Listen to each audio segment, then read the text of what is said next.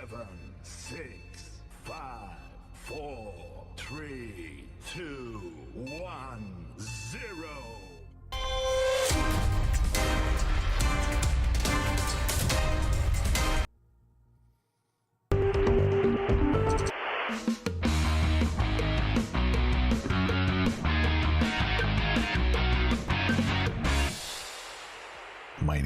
My name is Daljit. Welcome to the show.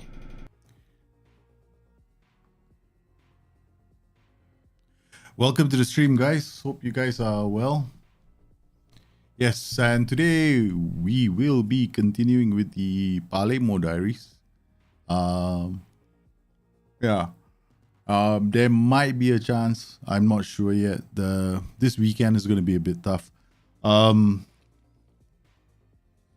As yet, I don't know if I'm going to be I can make plans to travel because my mother-in-law is going in for an operation as well, and my son can't take time off from school. So there are some issues there. So I'm hoping that you guys are having a good time. Yes, enough about me. Yes, we continue with our Palermo diaries, or rather Palermo project, which is basically the whole thing. The whole series has been called Redemption Song, right? And it's a chance for us to do something with Palermo. And here we go. Yes, I'm not on camera. There I am. I'm back. Yes. So as it stands right now, okay. Right, so this is the Tato skin, if I'm not mistaken. Yeah, I'm using the Tato skin. Just in case you guys are wondering, it's already been released by Wazzy on Twitter. Hey SMG, how are you, man? So yeah, we've got plenty to do. Just checking the data hub. Biggest question is whether or not I want to sign anyone. Of course, financially we are in a position that we can go out there and sign some players, at least one player. I mean, if I'm looking at this squad, if you're looking at the XG, right, for the team, XG, expected goals, we're not really creating a lot of chances. And the problem is we're doing a damn good job of making it hard, making it easy for teams to score against us. So you're looking at our defensive efficiency, we are leaky. We don't allow too many shots, but we have been problematic in our own defense, because if this usually tells me that you might not be giving away too many shots, but you're giving a lot of chances, so easy shots away. So we want to fix that. Goal scoring hasn't really been an issue for us, right? We've got plenty of areas where we can create chances. But if you can look at this, right, our XG, we're not really I mean, when I look at XG, the question is getting players into goal scoring positions. That's how I read XG. Of course, we've got several tactics. I'm just going to try and remember what we were playing. We were playing Spal. Yeah.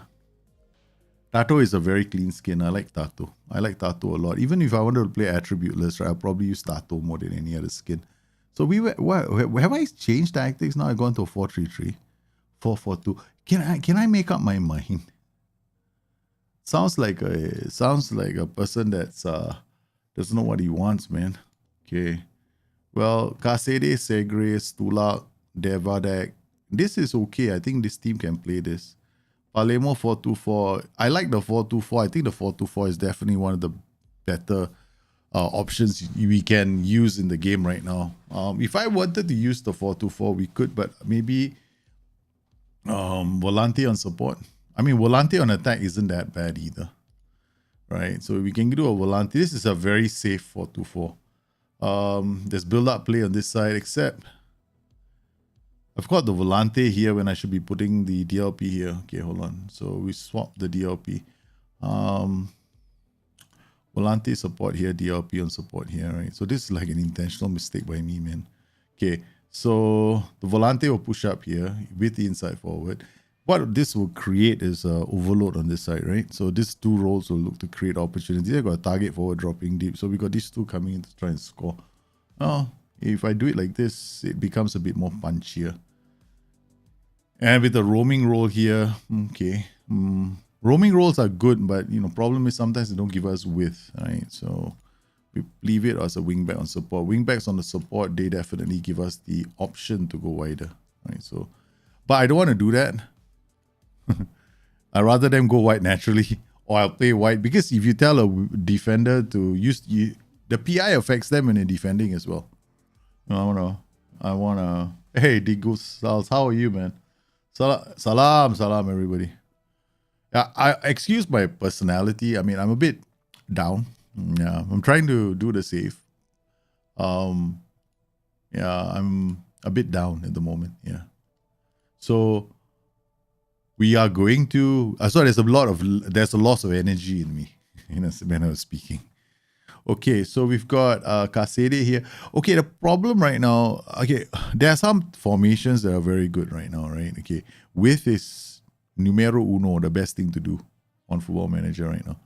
Okay, we've got the 4-4-2 DM, we've got this, and then I don't know why I came up with this, because these kind of formations are expensive, because we've got to be able to have enough midfielders to come in and take over, right? So generally you're looking at filling up this slot, maybe this slot. If push comes to shove, we can use a winger here.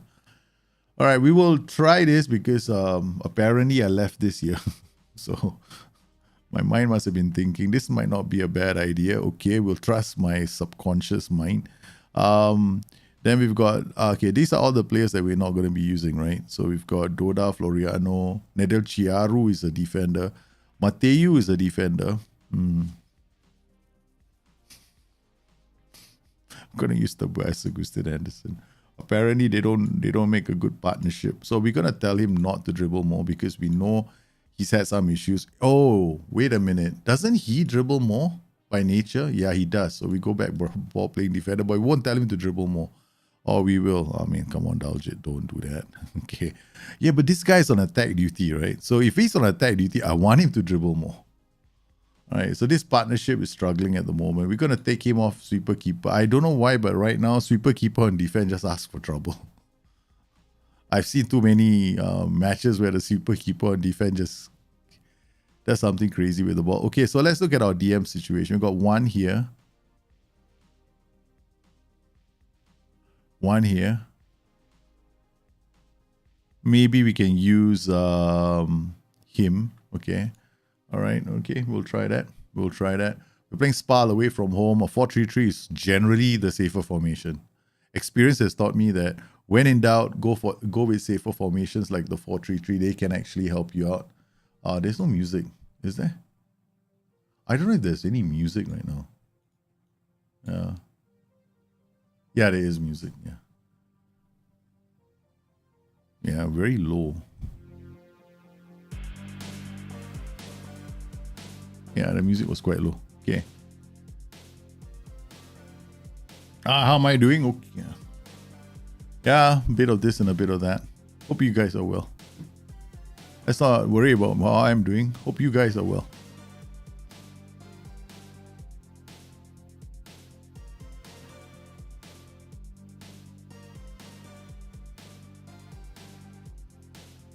Okay.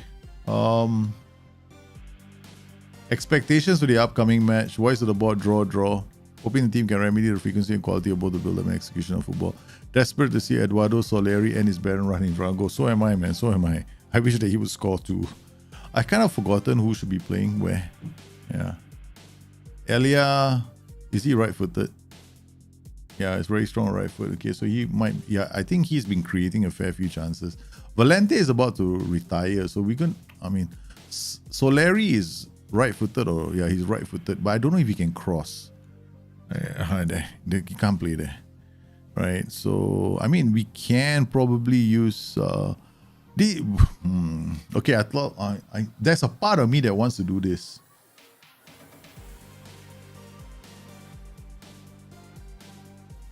Okay, let's try this. Okay, Shadow Striker attack.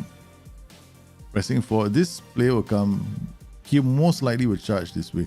Let's try this, okay? Alright, because this could be interesting. It could also come back and bite me on the ass. Okay.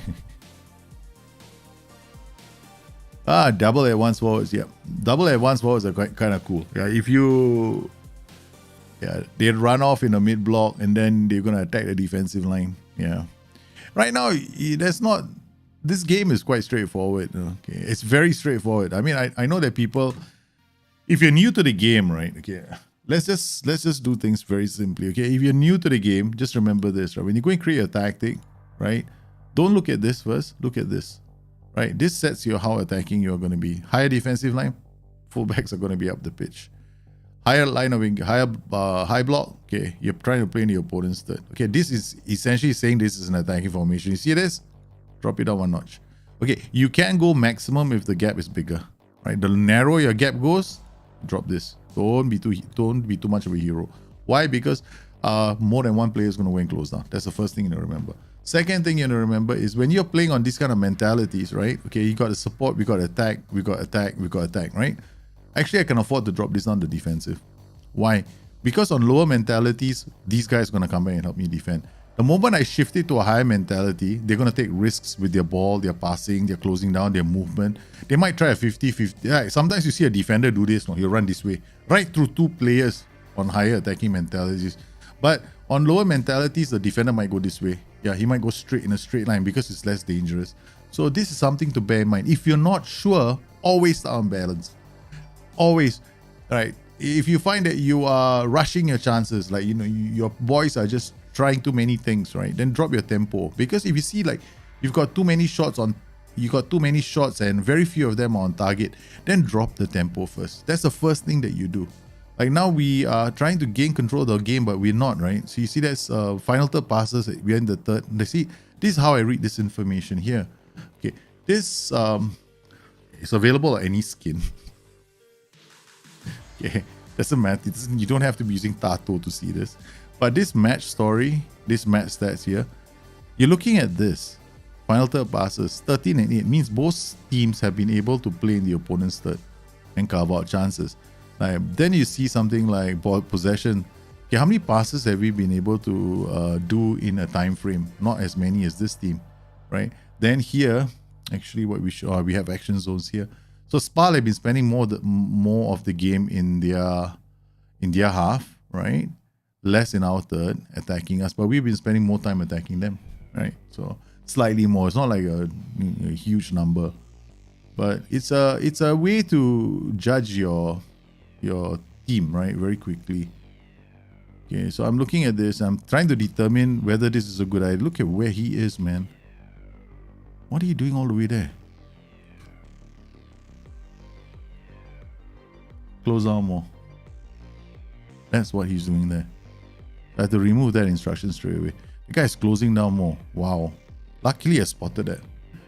Because that means if he's closing down more, he's going to go into the center. Remember what I said about pressing intensity just now? Because everybody's so close together, right? His zones are overlapping with the other players. That's why he ended up there. So now he should be better. Stulak with a free kick into the area. So Larry, Kasede, okay. Ooh! Right into the keeper's hands. Possession is time spent on the ball. Total passes, possession is total passes within a certain time frame. And oh no, this is something I didn't want to see. Shit, something fell off my table. It's happening on every edition I'm playing. This is the defender splitting like crazy. That's a bug.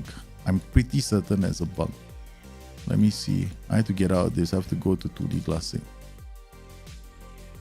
I'm very certain the defenders split too much. There we go. It's a no, it's not. That was poor defending. That wasn't a bug. That was poor defending. That was my team. Yeah, I thought it was a bug reason. That I thought the defenders had split and opened the sea, and the guy just ran through it. I know it can happen in the engine. Yeah, but it doesn't. I mean, it hasn't been happening with so much now. It happened a long time ago. So, all right, we're gonna have to. Now I have to take chances, right? So what I'm going to do is I'm going to play a slightly different game. I'm going to put him here and turn him into like an inside, maybe an inside forward on tank. Okay. We're gonna white. Okay, this is enough. Okay, I don't have too many attack duties now. I've gone positive. I'm gonna step up more. This is a big chance I'm taking now. Okay. Big chance. Yeah, it's a nice formation, but you need the players still, right? That's the thing about this kind of formations. The 4-3-3 is a great formation. They rush the goal scoring. Ah, we got the equalizer back. Okay, good. We punched back. So what have I done, right? Okay, now I've gone on higher mentality, but what I'm also doing, I went to check my my team mentality is higher, right? Okay, it means that generally everybody is going to take more risks. Actually what I can do right now with this guy is asking to go on defend duty. He'll drop even deeper.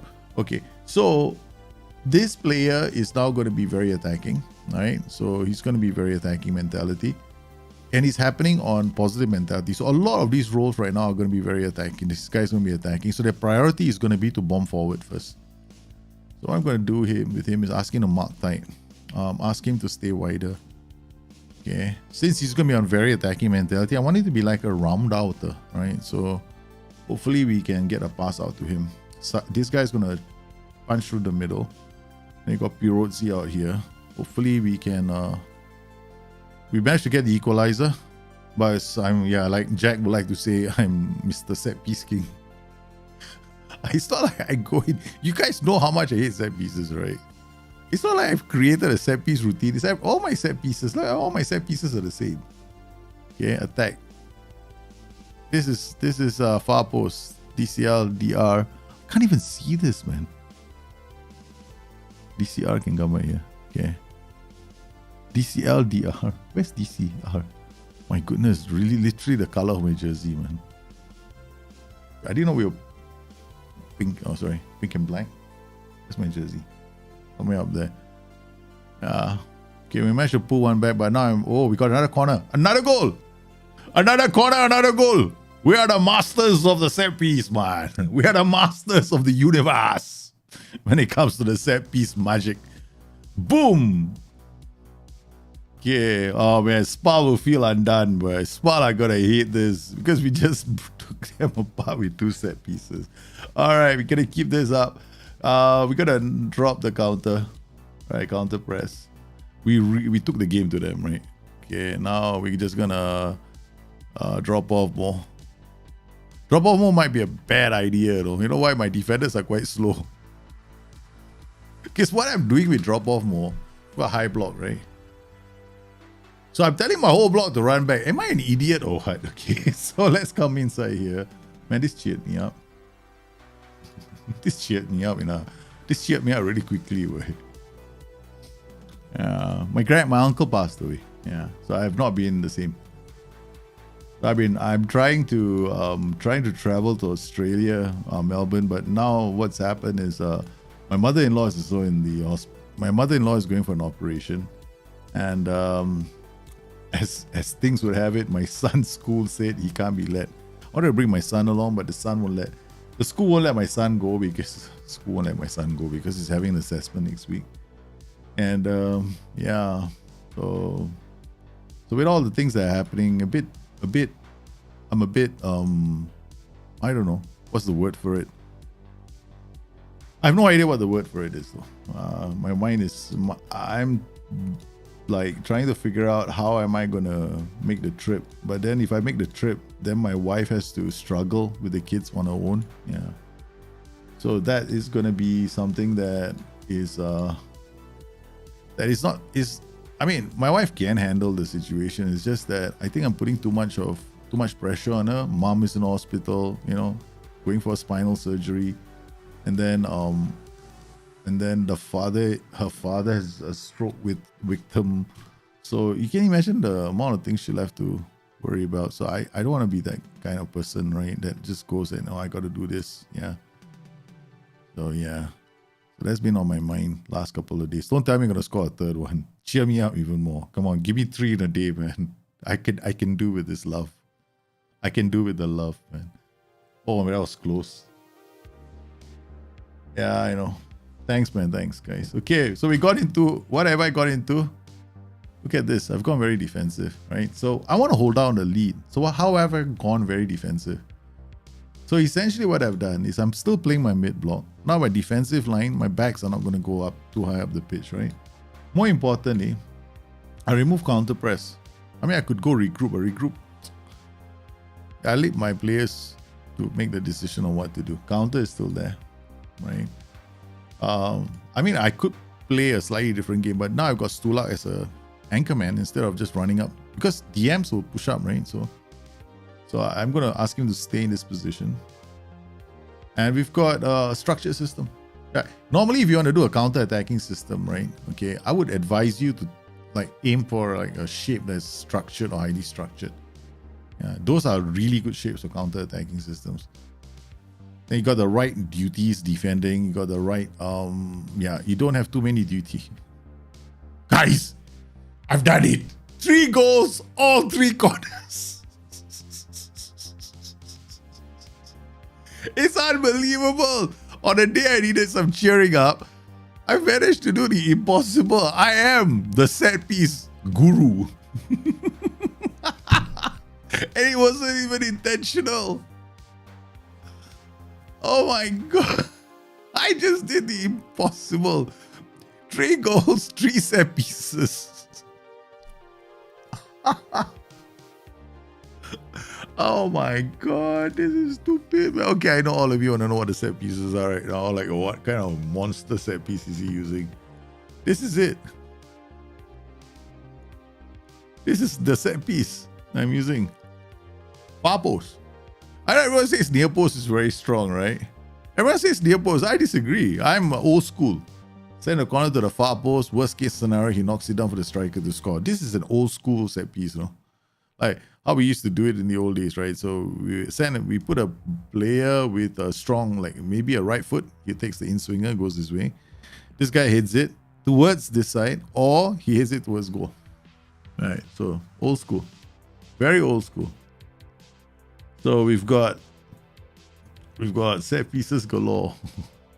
Notice there's a slight difference with those set pieces. It's not like you can't tell there's a slight difference between both of them, right? It goes to show you I don't really care about these set pieces. They're all coming from which side just now? Left to right. So this is from right to left. And this is the left to right.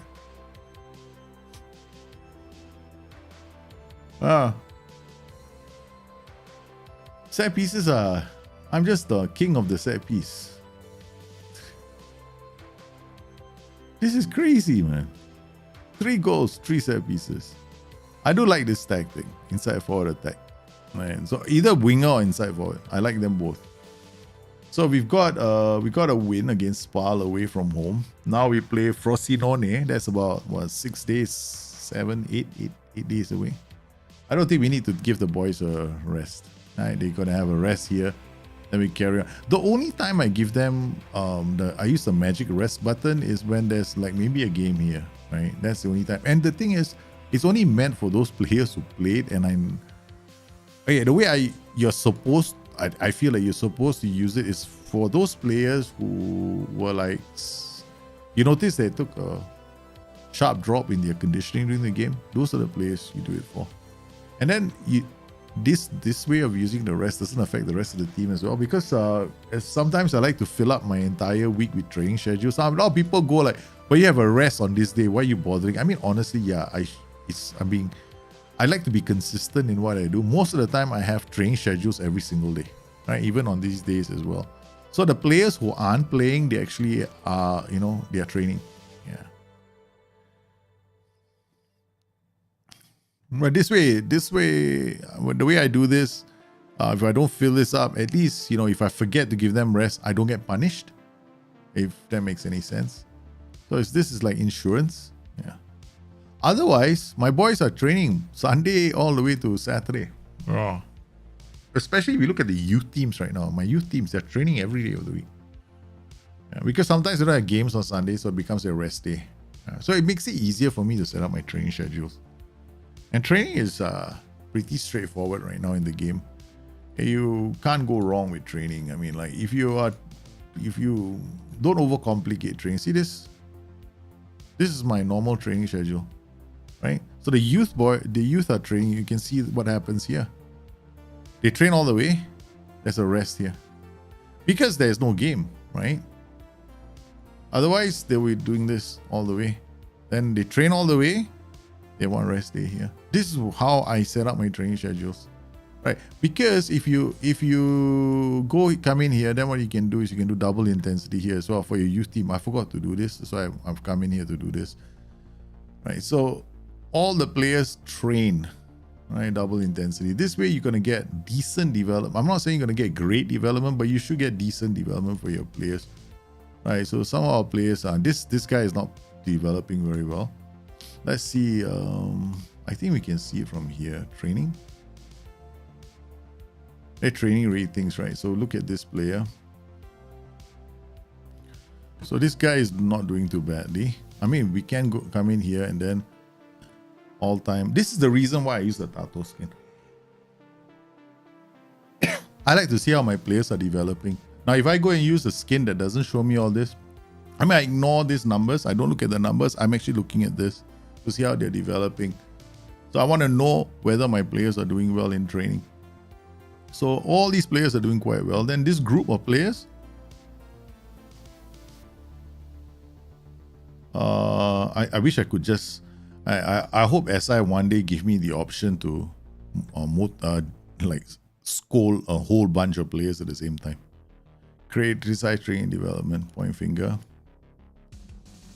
I'll just go in there and just knock their hits. 6.75 is actually decent, but think about one player, training and development, point finger.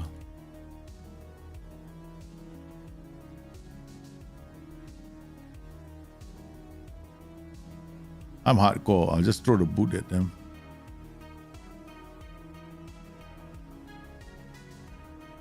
Point finger.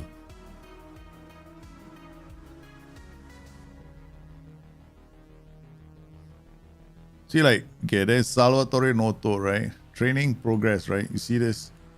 Down, right? Okay, interaction again here.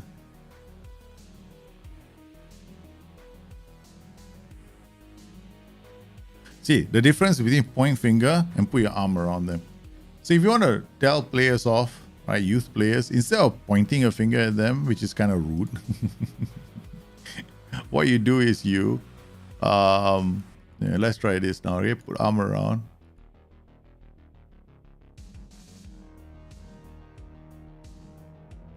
Yeah, I spoke out of turn. There you go.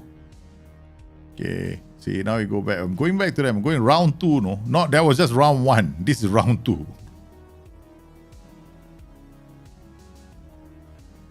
Somebody will say, okay, done. I got round 2, man. Gotta knock their heads nicely. They're kids, but hey, if you wanna criticize training and development, put my arm around them. I don't think you've been training well. Done. Guys, taking it well. Okay. Then we go to Vitale. Where is it? One player, criticize training development, put your arm around them. Yep, done.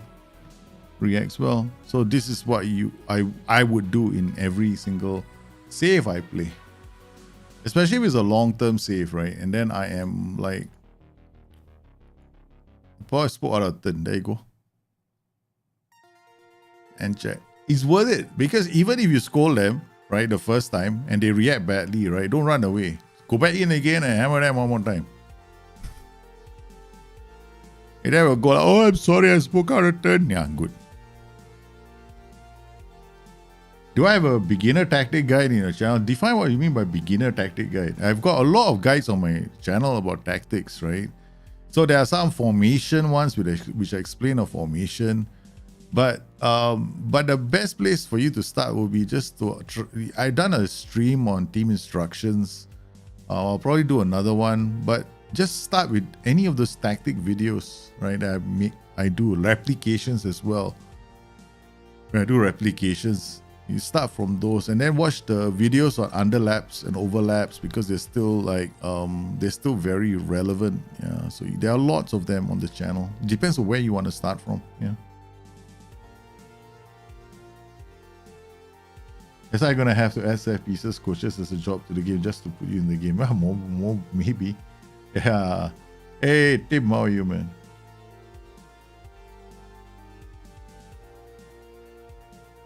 Hey man, there's some really amazing info regarding the lower press if defensive line is high. Yeah, I want to do a lot of videos next couple of days, but my fractured leg, we lost our striker for 3 to 4 months. This is the other problem, right? We just lost our top striker for 3 to 4 months.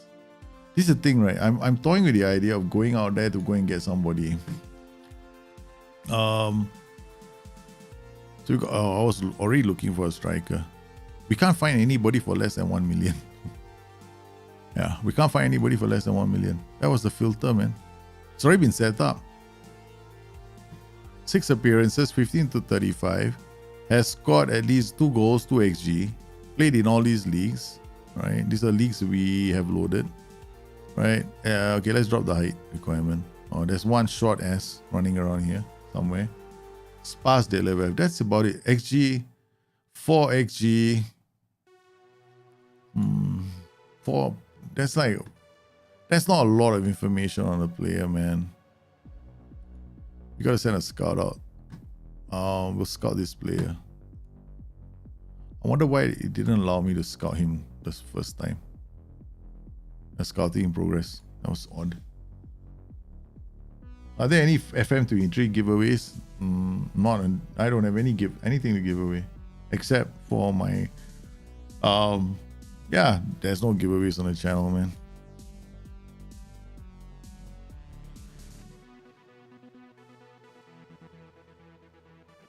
Okay, so let's look at all. Okay, I'm going to do one very quick. Let's talk about all the team instructions, okay? So let me explain all the team instructions very quickly for anybody who's new to the game, right? And what I will do is I will try and cut this down into a shorter video for everybody else. Okay, so when you go into the game, you're going to have a lot of team instructions, right? Okay, so the team instructions when you're making any kind of a tactic is very basic. First, what are roles and duties? You have to understand what roles and duties are. Okay. Now, do you always play a player in a specific role or duty? The thing is this, all roles and duties have unique ways of performing on the pitch. Inside forwards start from a wider position like inside. Central midfielders on attack can attack the central areas. Mazzalas like to play in the half space and then are creative players. Then you got inverted wingers who like to turn in on the who are usually played on the flank opposite their preferred foot. So if you got a left-footed inverted winger, you play him on the right. Why? Because he likes to turn and then use his left foot to play a ball through, right? And then you got wing backs, you got full backs, you got defensive wingers, you got all kinds of backs that can help you. The only thing about all these backs is you want to pay attention to their PIs. What do they do? The PIs will describe what they do. Wing backs tend to dribble more. Full backs don't dribble so much. They're trying to give the ball back to their teammates. Wing backs on defense are not a bad role actually. They tend to go up the pitch on higher mentalities. They might even overlap occasionally, but their priority is always the defensive phase. So if you got all these roles, right? But at the end of the day, every single role you choose a duty, right? Support, attack, or defend. Now the thing about all these duties is the duties are very important. The duties are for me, the duties are more important than the role per se. I could play CM support, and DM and still can win a lot of games because it isn't the role that is important, it's the player in that role that's important. What kind of attributes does he have? If he's got attacking attributes, he plays a bit more attacking. If he's got defensive attributes, he plays a bit more defensively. So that is something that a lot of people don't seem to understand. If you put an inside forward here who's got traits like he likes to hug the line, then occasionally you see him playing like a winger. If you see him cutting inside, maybe he likes to take on players, dribble more. There are traits that influence the way a player plays. So you've got to always look at the player's attributes, right, to see how he's going to play. Then duties are the ones that are going to influence which phase of the game they're playing in. So if you play a defend duties, typically what do? They are more focused on the defensive duty itself. But notice some roles like ball playing defenders, they take more risk, they hold their position. But what do?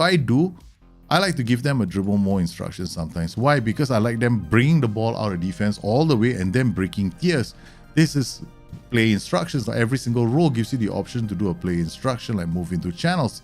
A channel is actually the space between players and the space between a fullback and the line, right? So that's a channel. So what this says, he's likely to go in between players or he might go wide.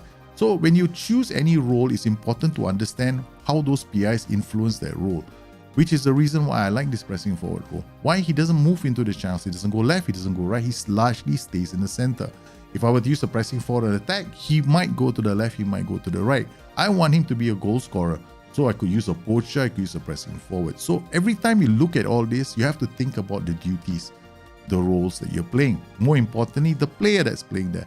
So now I've got a lot of these attack and support duties, right? Okay. So whenever I choose the mentality is not the most important thing in the game, but it has a big influence, right? Because if you think about it this way, the attack duty is going to prioritize the attacking phase. The support duty is going to prioritize both attack and defense. The defend duty is going to prioritize the defend phase. Now, but if you choose a mentality that's very defensive, then everybody is going to prioritize the defensive phase, including the attack duty. So they're going to try and come back. If you play the very attacking mentality like this, then everybody's going to, all your attack duties are on hyper alert. They're going to, any chance they get, they're going to bomb forward. They might take riskier chances with the ball. They might tackle a bit earlier. They might close down a bit earlier. They might leave their position a bit earlier. It's very risky. When you start on very defensive mentality, you move down to very attacking mentality. You're also including what we know. You're also increasing what we know as creative freedom. Players play with a bit more creative freedom. What does that mean? It means that these players are given liberty, license to do more things. So their decision making is kind of expanded, right? So they might try more things. Like, imagine a child, first time, try to walk. And then you encouraging the child to walk. Why? Because the child doesn't know how to walk. This is how decision making operates in the game, right? So when you play with more creative freedom, might be telling these average players, hey, you never tried a diagonal, please try a diagonal. That's what you're trying to do. So when you tell a team to be more expressive, you're telling them to do everything out of the box. Is it a good idea to tell Messi to do that? Of course not. Which is one of the reasons why, when it comes to creative freedom, you want to be very careful giving it to teams that are very, very talented. Because then they try too many fancy things and they don't get the basic things done right. So once you increase the mentality, teams are going to start doing a lot of things on the pitch. Sometimes they'll try and hit the ball a bit. They'll try to... I've seen a defender dribble through a midfield before on very attacking mentality and give the ball away because it was a stupid thing to do. But he took a risk. He ran through the midfield because there was a player free on the other side. I don't know why he thought he could bring the ball to him when he could just have passed the ball. But that happens on very attacking mentality. So this is the reason why whenever you play this game, the first thing you want to do this. Choose this instruction first. Here we got high defensive line, higher line of engagement. But this trigger press is not its friend because this means that 1-2 might close down the same player. 1-2 might close down the same player. Just now you saw me, I had closed down more on one row, right? What happened? This guy, instead of helping to protect this side of the pitch, he ended up closing down the center with this player. Combined with this and this. So I removed it during the course of the game because I wanted him to stay on his side of the pitch and help us defend that. Because he opened the entire pitch up, you almost considered a goal. So when you push your defensive line and your line of engagement, this area here is called the zone of compression in football. I mean, there's a term from football itself.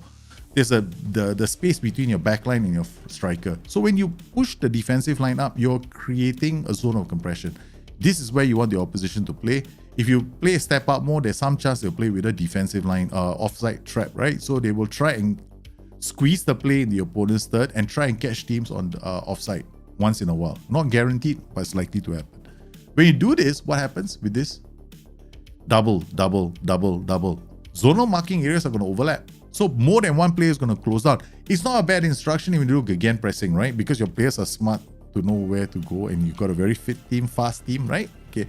But if you don't have one, opens the team to a ball over the top. So sometimes what I do is I look at this gap, right? And what I do is I drop it one notch. Okay. If I want to push for a game, even more so, I don't bring it any higher because I'm an average team. I'm not the world's best team. If you're the world's best team, maybe you want to try this. Yeah, you can go for it, right? If you can get back in time. So prevent short goalkeeper distribution, your team is going to break its shape just to stop their goal kick from reaching a player. Something that you want to bear in mind. Okay, so sometimes when you're playing mid block or you're playing low block, you don't use this instruction. Why? You want them to come up with the ball. So what are you doing prevent short goalkeeper distribution for? Right? You want them to come out with the ball, right? Here, stay on feet, get stuck in. Doesn't mean the player is going to be more violent. Stay on feet means, yeah, okay, don't go down to the ground when you tackle a player. Get stuck in means occasionally go to ground when you want to tackle a player. It's a bit hard. Yes, you draw more yellow cards. Step up more and drop off more. This is fantastic. It's one of the best instructions they've introduced this year. Drop off more just means this whole block moves down the pitch. As the opposition bring the ball, backline keeps retreating. Safety first policy. This one, squeeze play. Don't let them come in. Let's shut them up. Don't give them passing lanes. Try and win the ball back. Trap inside, trap outside. Okay. This is kind of different from last year because last year we had narrow and wide, right? It's slightly different from last year because this is a bit of angles right now. So trap inside means these guys are going to show the opposition play inside. So they're trying to funnel that play in. So when they funnel that play in, you're trying to win the ball here. So make sure you have roles that are not running away too much. Can you imagine attack duty, DM? Yeah, come into my parlor. Got nobody there. They're all forward. They're all running off. How are you going to trap the ball inside? I see people do this. It doesn't make any sense. So when you have something like this, trap inside makes sense. But I don't even play with this, right? I hardly ever play with this. Trap outside also you can play with if you want. Go down the flanks. It's not really working very well on 23, I noticed. All right. On 23, I'm avoiding these two, but I don't think they're working well. They might address this with a patch. So I don't touch this. I instead use angles, which you can do from opposition instructions. You come in here, same thing. I tell the fullback to come inside. Same thing. I get the same effect from here. All right, now let's talk about this one. Stop crosses, invite crosses. If I have to explain this to you, you should stop playing the game. Okay. Counter press. Counter press, what does this do? When you lose the ball, when you click on this, all these players try to win the ball by breaking their shape. So they push forward. What does that do? Very, very, very important lesson you're going to learn. If you don't win the ball back, take this off straight away. Because if you win the ball back, your team is good enough for this. If your team cannot win the ball back after losing the ball, you better take this off. Because it means that your players are moving forward, not winning the ball, leaving your defenders going, what the hell is going on here? You guys are useless. Now I have to defend the ball over the top. Okay, so counter press is very nice if done well. If otherwise, don't do it. You can always regroup when you want to, hold down a lead, or you can do what I normally like to do.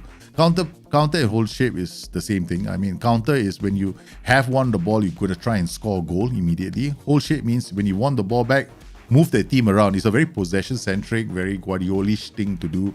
You have full faith in yourself. You're moving the team around, trying to look for goal-scoring opportunities. Goalkeeper and distribution, we all know this. Distribute the fullbacks, blah, blah, blah. This is all straightforward, right? Roll it out is a bit... The easiest one to pull off is throw it long, all right? Roll it out can be a mistake if it just invites the ball-playing defender into your box. Okay, this short kick and long kick is up to you, right? This is seriously is up to you. I mean, sometimes I go direct like this if I want to. I've done it before. If it's if we need to do it. Okay, then we come to short passing. I've changed my tactic now. Just doing this. Okay, this. Notice I haven't even got to mentality yet, right? So this is very straightforward. Your flavor of your tactic comes from here. If you go narrow, a lot of inside passes, what we call wall passes, right? Fullback looks inside for the first pass. You go extreme wide, everybody says, okay, where's the fullback? I'm giving him the ball. Where's the wingback? I'm giving him the ball. Where's the winger? I'm giving him the ball. Who's doing the diagonal run? You, I'm going to give you the ball. It's a diagonal pass from the fullback to the winger. This instruction right now is currently the hottest thing in Football Manager 23. Okay. Then you've got this tempo. These are the big changes for FM23. Tempo, very nice. Hey, you play a game, right? You got 10 shots, none on target. You know what's the easiest thing to do? Drop tempo. Obviously, you're controlling the game. You can see final third passes. Why the hell are you rushing everything? Tempo in itself tends to increase the pace at which everything is happening. Doesn't mean you're playing faster. It just means that you're asking players to make decisions quickly. And sometimes this can be, you're rushing things a bit too much, right? So drop it. Passing directness, of course, that's straightforward, right? Here is mixed passing. Here is the longest passing. Let's do a Hail Mary and hope that it hits God. And then here is a direct passing, which is directly to a player or to a space. Shorter passing is usually to feet. Player or defense, we all know that. Focus play down the left, I think I've explained it many, many times. You just shift the central midfielders to the left side to support play on the left.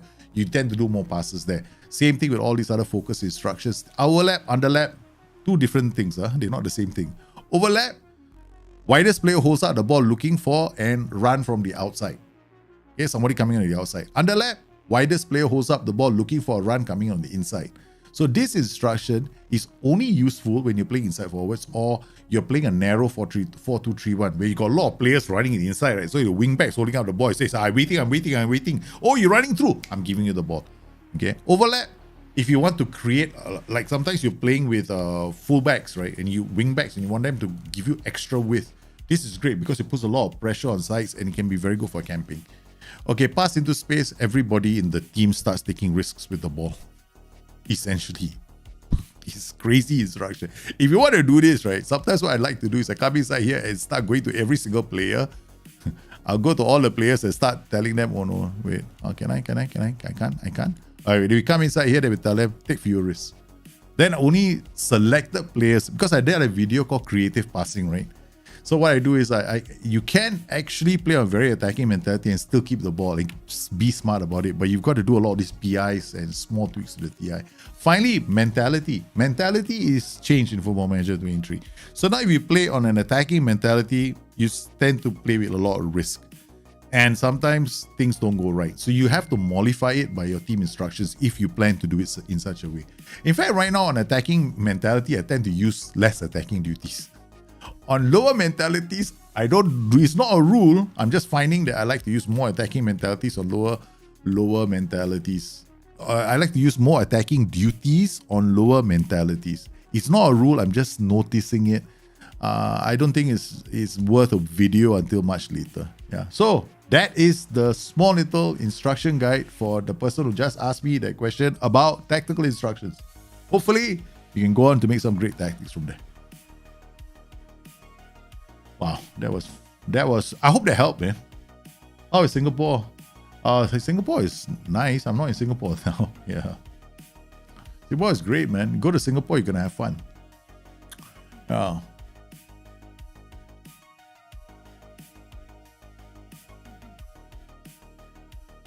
Yeah, I'm gonna wait. I don't even know what time this thing started. Where is it? 52:19, right? So I'll put this inside here. I think it started at what? I don't know when it started. It started at 00.00, then 00.45, I think it started.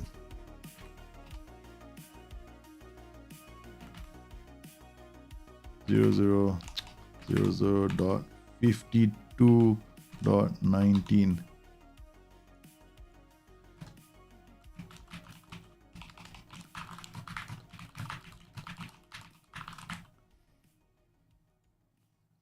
All right. Oh, that one can be done. Create highlight video. Yeah, I can clip it. I didn't know you can clip it now. Yeah, somebody can clip it. Yeah, now you can clip videos.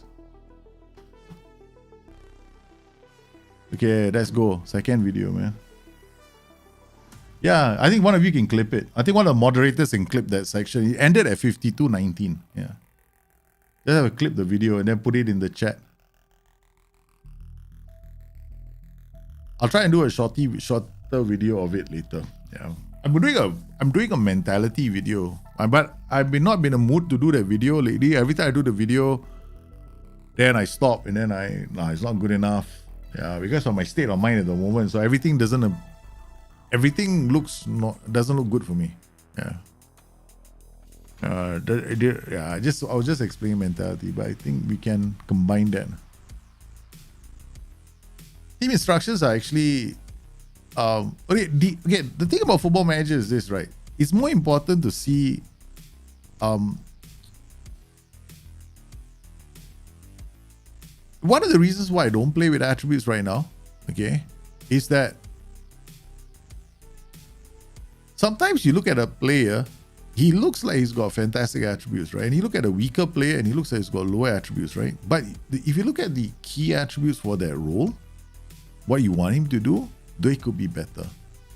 So I was looking at anticipation, concentration, positioning. This is the reason why Tobias Sextuan is playing. Because we know those attributes of his are actually better than most of the defenders.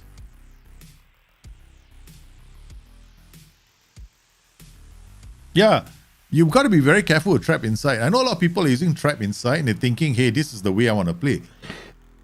Don't play with trap inside if you got Mazzala in central midfield attack. Why are you going to do that? They're not even there. You're asking them to leave their attacking positions just to trap. In fact, right now, I wouldn't bother with traps. I'd rather use angles. I think that using opposition instructions right now to create a trap is way more effective than using trap inside and trap outside. Yeah, because trap outside isn't also not working properly. Because when I tried the trap outside instructions the first time, I was a bit disappointed because I'm expecting to see the wingers drop, right, allowing the player to come up the pitch first. At the halfway line, I'm expecting them then to engage first. What I was seeing instead was my fullback was engaging first. So that is not the right way a trap should be working. You should allow them in and then do the trap.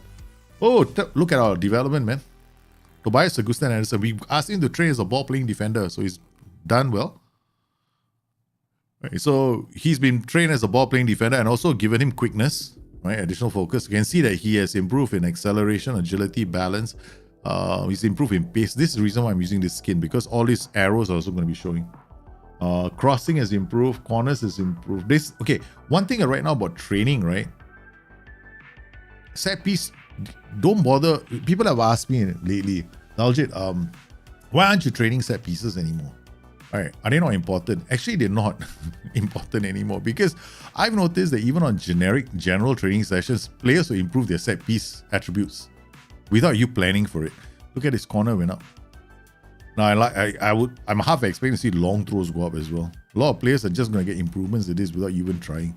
So it's been only 6 months, right? No, not even 6 months. We brought him in what? August, right? August, September, October, November, December, January. 5 months. 5 months he's improved quite a lot, man.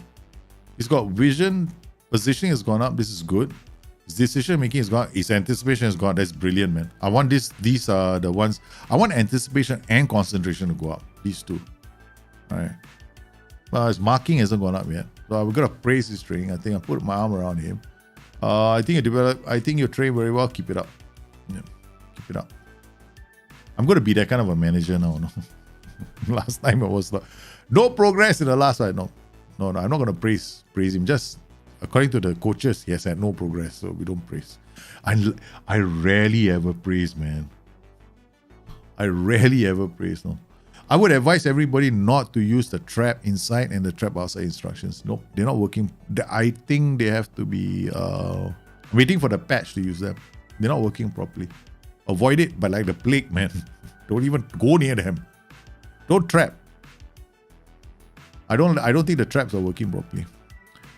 If you have an attacking duty, okay, if you have 3 attacking duties in the center, why are you trapping inside for? You don't have an anchor man. One anchor man maybe, okay, or maybe one anchor man, one DM, one ball winning midfielder. I think that makes it for a plan. If you got a role like a ball winning midfielder, a DM and a CM on attack, yes, go trap inside. Makes sense. But if you don't, then don't bother. In fact, I like it. I just love not using them anymore. Marconi, okay, guys, we have managed to squeeze out a result. Now we're playing, whoever we're playing, this game seems to be very excited about moving me from day to day. Yeah? Okay, Gomez has to play defense. Our Brunori is injured. Man, we used set pieces, man, the last time around to win the game. How about him? What is his height? I can't tell from here. Is it here? 1.78. And then what about this guy? Meteu? No. We want to use the legend that is Stulak. Stulak is back, right? Stulak can play. Gomez can be for him. Okay. Where's Tobias is here? Mateu. Where in the world is Batella? Is Batella injured? Oh no, he's suspended. Okay. So Mateu, Sack Stewart, Stulak. Stulak was I think what we can do is we can put Soleri here. No, Soleri inside forward. Is he left-footed or right-footed? I think he's right-footed. I gotta get used to this skin now. I don't even see whether he's right-footed, left-footed anymore. I'm like lost lamb, boy.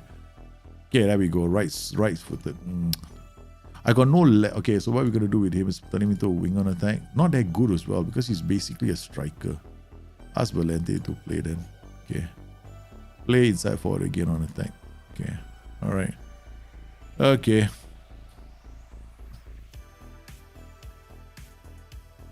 We get Soleri up top. I think it's time to give him a chance. The CMA PFS combination. That's a good combination. Yeah, this combination is quite nice. Okay, we tweaked the settings of the tactic. I don't know if it's going to work anymore because I was explaining it just now. Everything is changed. I'm like, what? What happened? Okay, we are playing at home. I'm going to do that. Throw it long. Was I? No, I wasn't like this. I was like this. Yeah, okay. All right, shorter passing higher tempo. No play. Okay. All right. Higher defensive line, prevent shot goalkeeper. This is step up more. We're taking a chance, man. This is us being aggressive. Okay. So I'm gonna turn this guy into an anchor now. For this game only. Because we are so aggressive, I think I want him to hold his position. I don't want him running off. Rossi with the ball. Stulak, yeah, there you see. I don't want him to be too far away from the back line because the back line might need him to recycle the ball. Pirozzi, nice, goes down, checks back inside, plays it to Valente. It's up on the line.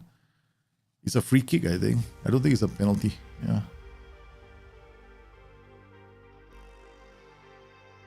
Yeah, that is a good thing, right? Yeah. The HODR skin is also very good.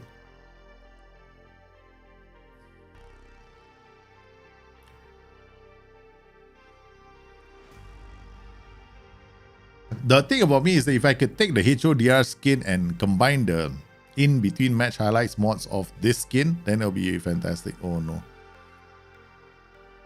Oh, that was dangerous. The Anchorman, these guys are too far away. Oh, no. I gotta take a chance. Now Anchorman, right? Just now when we were defending, the lead wasn't so bad.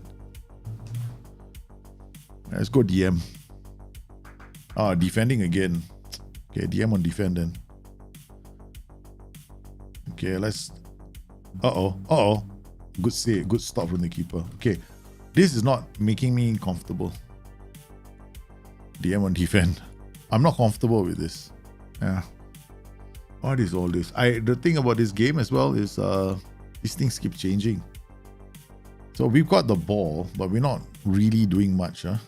Pirozzi, Valente, Pirozzi, Augustin Anderson. Back to Pirozzi. We don't score from open play. We only score from set pieces. We're the set piece masters. That's us. We need to create set piece opportunities. Okay, come on, get us a corner. Oh no, we don't need a corner. We just got to go from open play. Very rare, man. Very rare. Sign Fabian Reader from Young Boys. Yeah, I use stats, man. I have to use stats to sign players. That's how we're playing this game, through stats. Okay, we've taken the lead against Frosinone. That's good. They got an inverted wingback, I think. We should attack that flank a bit more. Oh, good header back. Valente, back to Stulak. Segre, out to Soleri. Finds Devatek. The pass. Too heavy. Defending. Oh, no. Get there. Dangerous. Red. Well read by our defenders. Sextuan realizes I shouldn't dribble. Matthew. Hey, what kind of a pass is that? Oh, no. Ooh, that was close. Shout. Demand more from our team. I think we're not defending very well. We're losing the ball in transit. They've got a right. Gonna play an inverted winger on attack. Wing back on support. I'm just changing this slightly. Inside forward on support. Changing this to what is this? CM on attack. Zala on support. You might be wondering why I'm doing this, right? I want to put more pressure on this side of the pitch where the inverted wingback is. This is where they had an invert. Now they have a wingback. Sheesh. They went from inverted wingback to wingback. Valente still holding on to the ball. Pirozzi, Sextuan, Soleri, the pressing forward, dropping so deep. I think he must have come deep to get the ball. Matthew. Oh, he's on his own. Valente loses touch. There's plenty of support. What a ball in! Second goal! But I think he's offside. I think it's offside, but that was a damn good move, man. Oh, it's given. Good move, good move. Pirosi read that. Kasede then took away the ball, and then Valente with a nice... Oh, sorry. This is the fullback with a nice pass to the winger. Yep.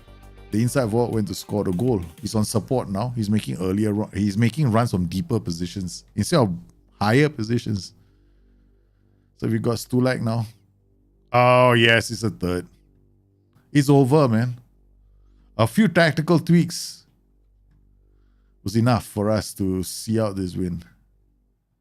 Okay, good header. Far post again. My favorite location now to score goals from is set pieces. Okay, we're gonna give. I want to try some of the other players. Daric for Segre, Claudio Gomez for him, and then Damiani. Yep, fresh legs all the way, baby. Guy, don't you dare. Damiani, bring the ball forward. Yep. Soleri hasn't scored a single goal. He's come into this tactic simply to create goal scoring opportunities for other players. Insignia. Oh, what a clearance from Steven Edson. Okay. Oh, he's turned. Good. Okay, we want to see out the game now. I think the AI changed mentality. The AI definitely changed mentality. We're pausing the game. I'm going to drop it down to defensive. Okay. Am I paused? I hope I am. Okay, we're going to drop this. Prevent shot goalkeeper. We're going to remove this. Drop off more. Okay. Slightly normal width. We're not going to counter anymore. In fact, right now, I'm just going to hit the early cross. Okay. Let's look at see who's going to be affected. Yeah, these two. So we put a lot of pressure on this flank. It worked. So we're going to drop into inverted. We're going to turn his guy back to anchor. Him pressing for an attack. So basically what I have is these two launching up only now. Yeah, so inside for an attack. Okay.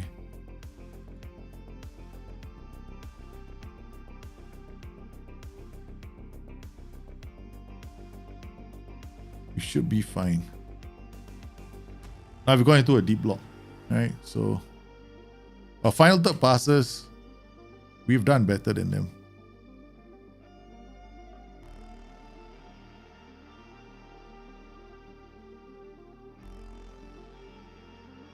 Yeah, because you have to look at where the pressing occurs, right? The pressing does not include the opponent's final third. Yeah. So what you've done is your numbers have gone up because you're doing more pressing in your half. You have to remember OPPDA isn't how much you're pressing the opponent's half, no? It's how much you're pressing in from here. See this point here? All the way to your goal. It doesn't measure here, this area, which is in the opponent's third. So what I look for is final third presses. Final third passes.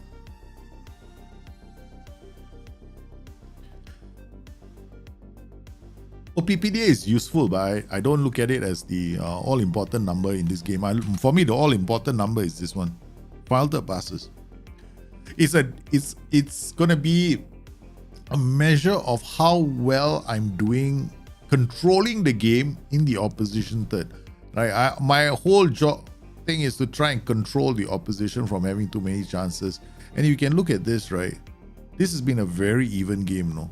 Right? Both teams have been able to get the ball forward. Both teams, to some extent, have been able to create chances in the opposition third, and both teams are going for it. So we just happen to have better finishing. Okay, so I don't know if I can make any more substitutions. Can I? I'm not sure. Yeah, you can make one more substitution. Okay, last substitution. We got Doda. Sextuan should also be. Wow, double save from the keeper. Okay, Pigliacelli has played well. Oh. Long kick up. Goes long. Good defending. Okay, we can actually drop the mentality even more if I wanted to, but it's a bit late. Now there's there's not enough time to see the impact. Okay, done. Second win in a row. Playing this system. Palermo slowly moving back up the table. Okay.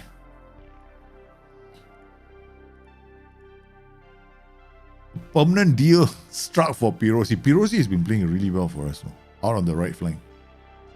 He is so good, no?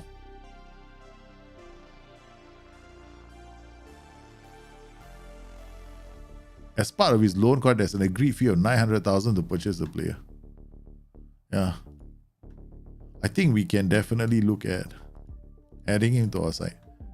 Because he's outstanding right now for us. Absolutely outstanding. Okay, I think now we can give these players a bit of rest. I think the ones that I'm looking at are Sexton. He looked very tired at the end of the game. Stulak, he just came back from a sick spell. There's Kasede as well. These are the three, I think, that need a rest from training. The rest all can maintain. So those three will not be doing the match practice. Okay. Looking at our match passes, see that? Nice. Hey, Pirozzi is such an integral part of how we play. Everything going through Sexton and Anderson as well. Right, the build-up play is very nice. We don't have a... We didn't do too many things wrong in that game. I mean, we had to change this role a few times. Then we changed this role to an attack. So we made this an attack duty. Right, and then we pushed the CM to this side because I noticed that they had an inverted wingback playing at that on the right flank at one point. So we wanted to take the game away from the inverted wingback. Because if I have an inverted winger who's dropping a bit deeper, then the inverted wingback has more time, right? It's not so much pressure. He doesn't have to do that much defending. Yeah. Right, so I wanted to have an inverted winger on attack and a CM on attack on the same flank so that inverted wingback has a lot more defending to do. So he has to go back and up, back and forth. So that's why I will attend this meeting. Let's see what they have to say. Contracts expiring this season. Okay, all these contracts are fine. Yeah, okay, so delay DUS, he doesn't have the ability. Yeah, apply. Why can't I click on this? Except for release, can't I do that?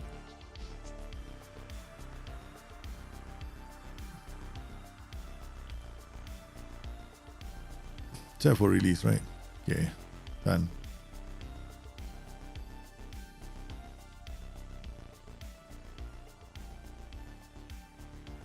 Okay, done.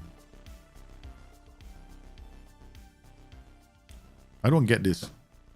What am I supposed to do here? Great. I don't understand what's happening. I don't know if we were looking for a goalkeeper, a right back, and a left back. Yeah.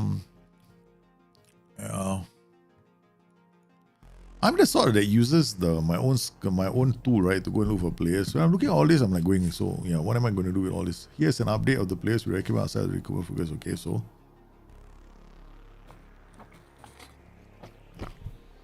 Odisha. What else? Okay. Who's Odisha? I don't even... Oh my god. This is terrible, man.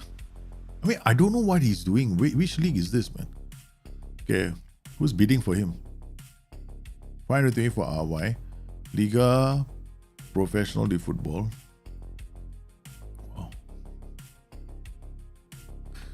Wow. The season starts in February. Okay. Alright. Nice to know that they're recommending me players they haven't seen yet, eh? Oh, this is based on reputation, I bet. Here is scouted him. So what information have we got? Palaces. Okay, alright. I mean, he's decent. I don't think we're signing any of these players. Okay. End meeting. Yep. No. No. We're not gonna sign any of those players just yet. We need a striker, that's for sure. But we can't just... I'm not the sort that's gonna go out and sign those players. Okay.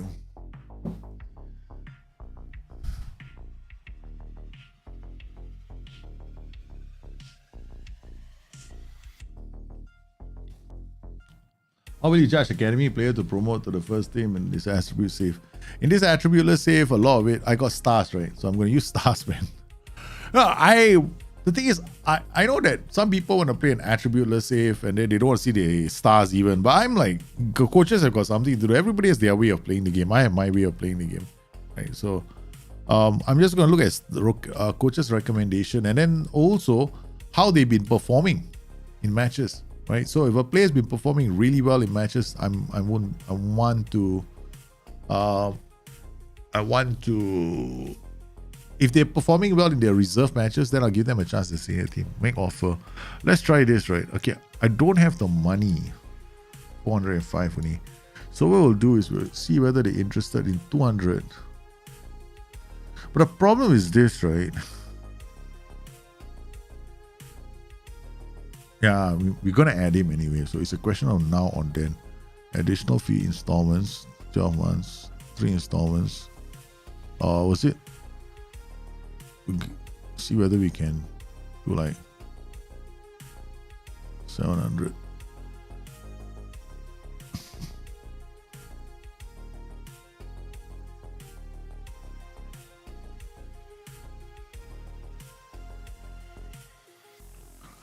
Cheap.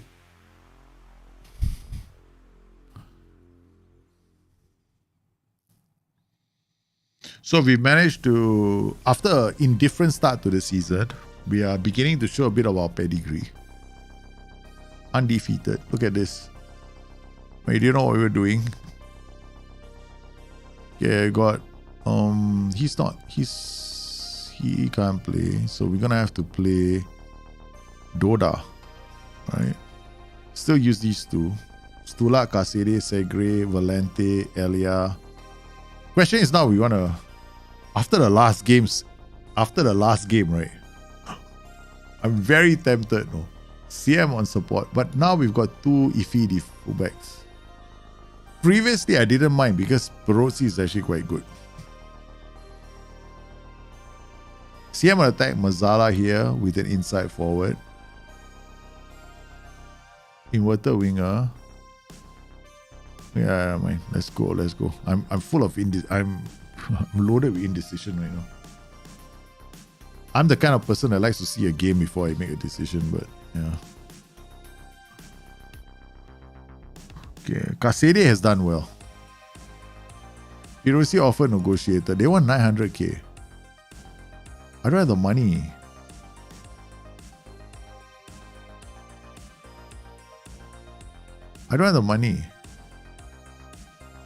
We'll have to wait until later. Palermo face Ascoli. How is Ascoli doing? Let's go to the data hub. Opposition. Overview. Next opposition performance.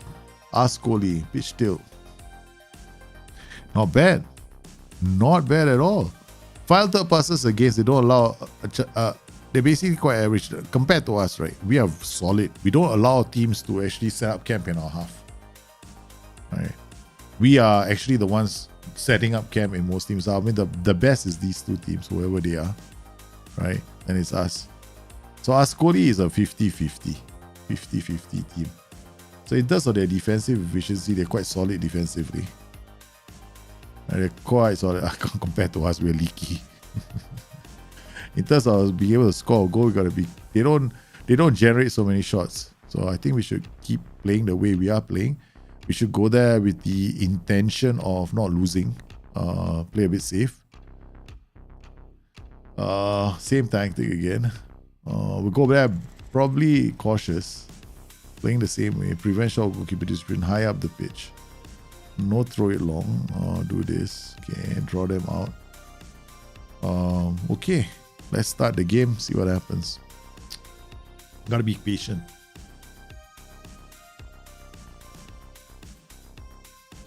I'm wondering what to do with the rest of the players. No, we've got a lot of other players like Floriani, Damiani. We've got to play them sooner or later.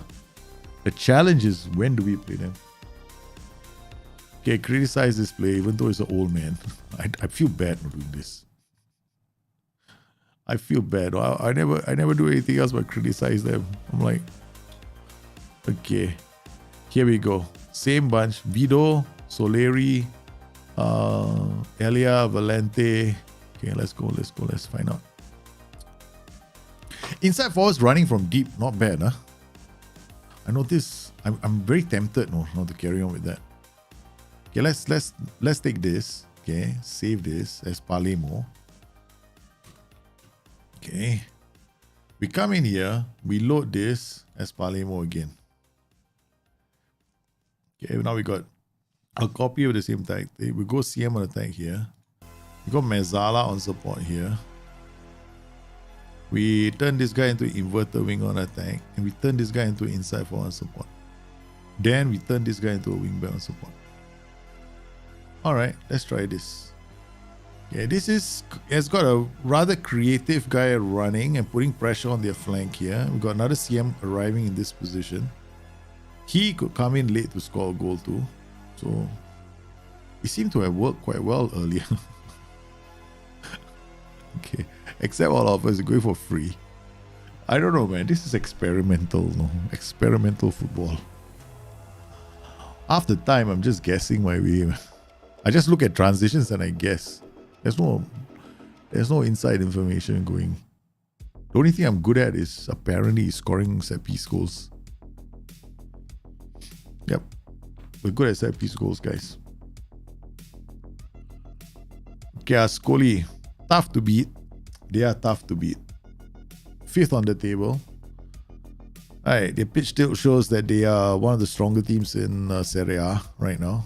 Oh, Serie B. Serie B. Okay, we beat them, we slowly move up the table. We had a very indifferent start to the season. Let's see whether we can improve our fortunes. I believe that we are a top 5 side. Under a better manager.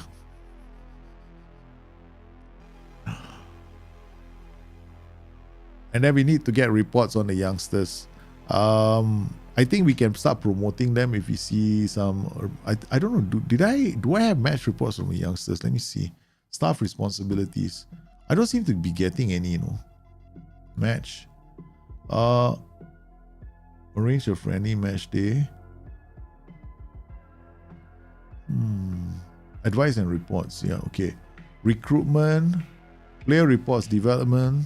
Player reports. Coaching. Analyst report, staff meeting, assistant manager shows contact. Okay. Alright, so far it's okay. Provide loan feedback.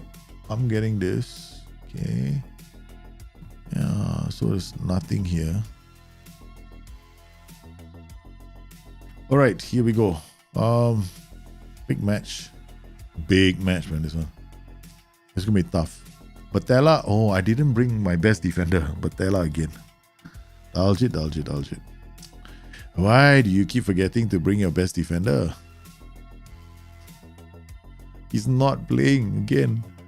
Okay, alright. We are playing on key highlights. 11 minutes in, 15 minutes in. 15 minutes in. I encourage the boys now. So looking at the game, progressive passes 4. We're doing more in their half. 15. Looking at the action zones. Final third progress. Yeah, we are doing more, man, in their half. So we are patiently trying to probe this team. Kasede out comes to Devatek, Elia, Stulak, Devatek. I still don't know what their formation looks like. Elia, what a pass!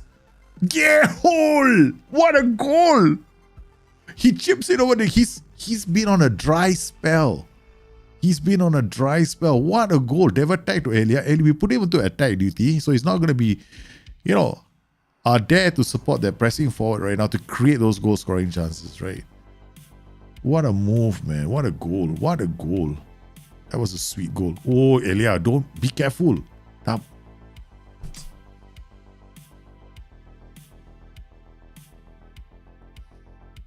All right, never mind. Never mind, Elia.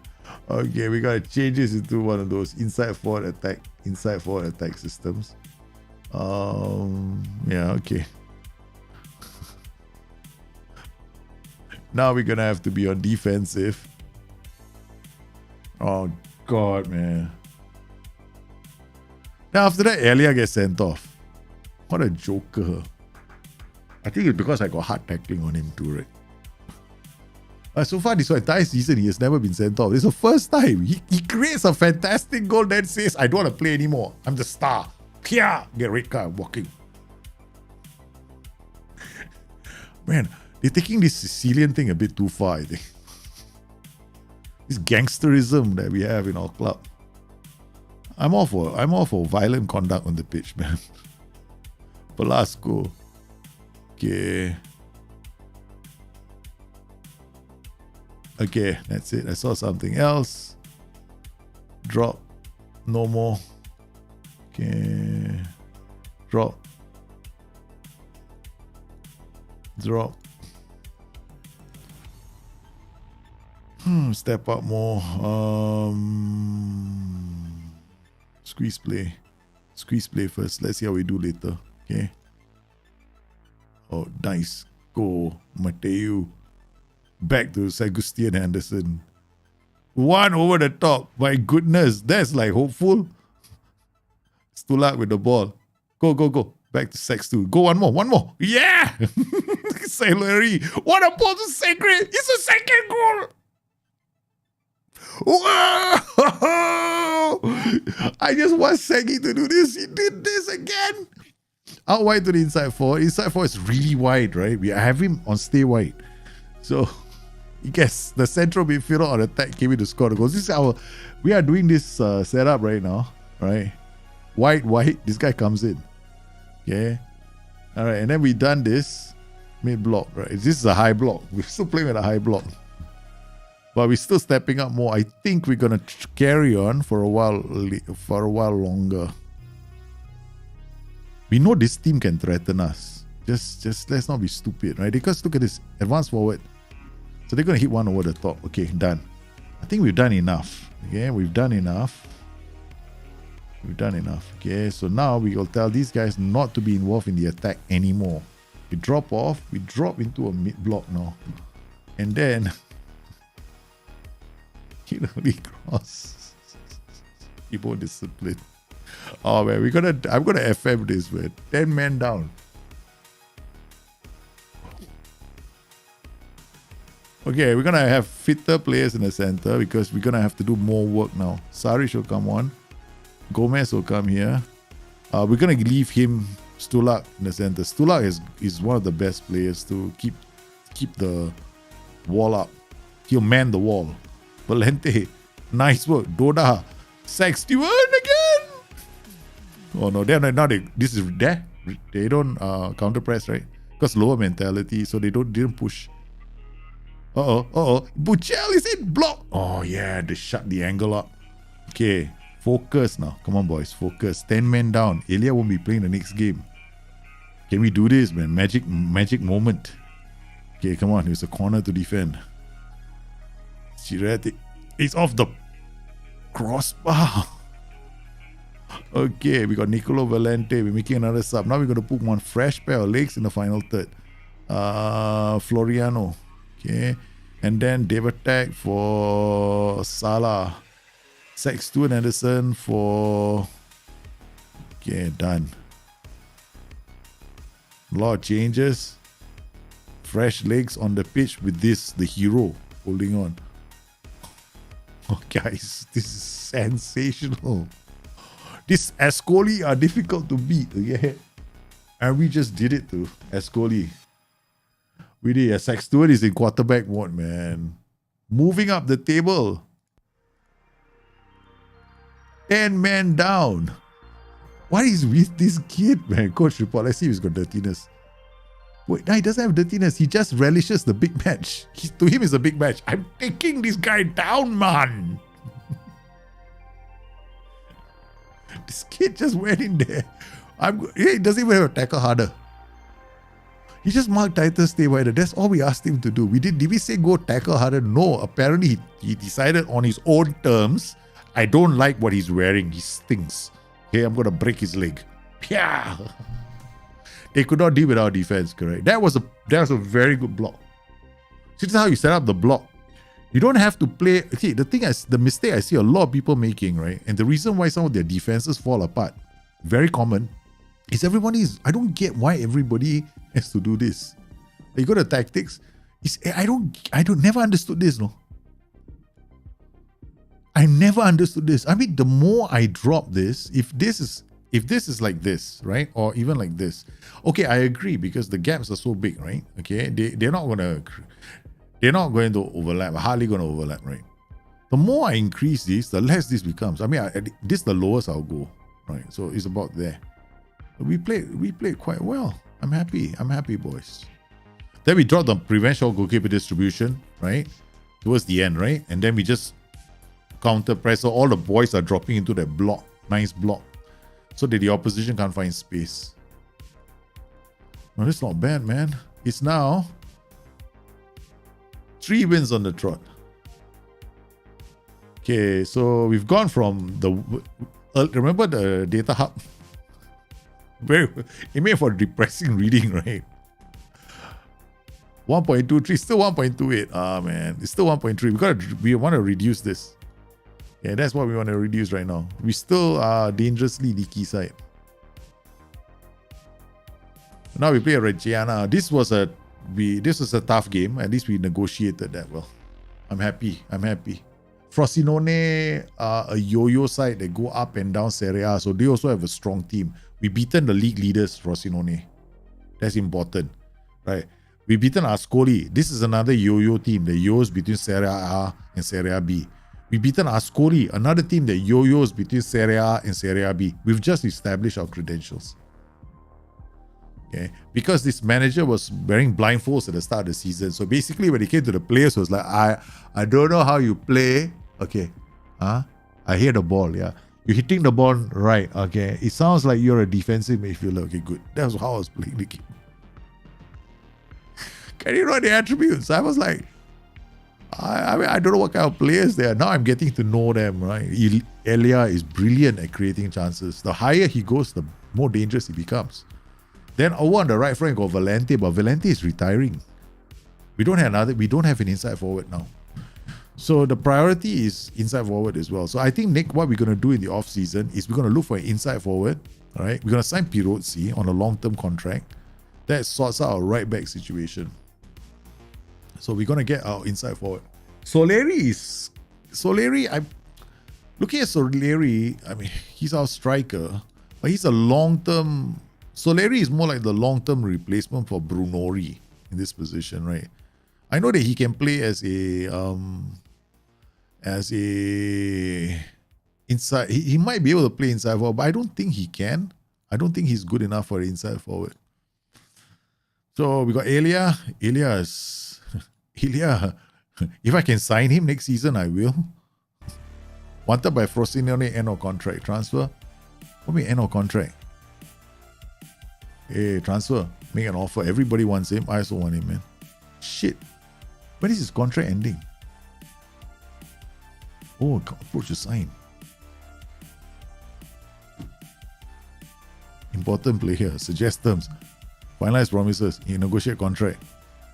Minimum release clause. Domestic clubs in higher division. Okay, 2.4 million. I mean, can we keep him? What do you think? What do you guys think? Okay, right now, Frosinone are going to go up, no? It's 2.4 easy money. And there's no expiry date. We put an expiry date to this, right? 2025. It's an expiry date. 2025 for 2.4 million. Okay, and then we give him a huge assist bonus. Okay. Alright. Then this as well. 50%, because if he gets promoted, he's going to join us next season. So we'll do this. And bribe the agent. It's something that I do all the time. I do that all the time, baby. I go in, I bribe the agent. Yeah, so we know that he's going to be exceptional. Okay, let's look at the other players, because there might be other players here who also approach to sign. Of course, man, star player. No, I don't want to do this. I don't want to do this. I don't want to do this. Okay, suggest promises. We're still a long way. Damn it. Star player. Okay, what else can I give you? Promise. Will appoint players captain. Damn it. The long-term clubs of the club are game promotion. Damn it, this guy really is beginning to annoy me. We'll give player a big pay rise. That's it.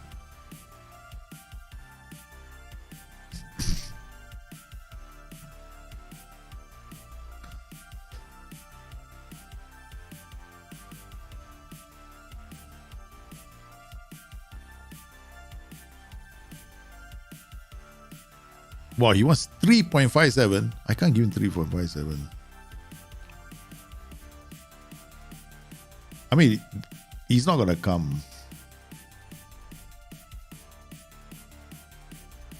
He's not gonna come. He's wanted by a few clubs. This guy, yes. This guy, yes. Vito, I'm not so sure. But Stulak, 100%. Watford want him. This guy has been playing damn well for us. I mean, I can't compete with Watford financially. Yeah. But I don't think we should be too worried, right? I mean, if Stulak goes, then we just go out there, look for a DM.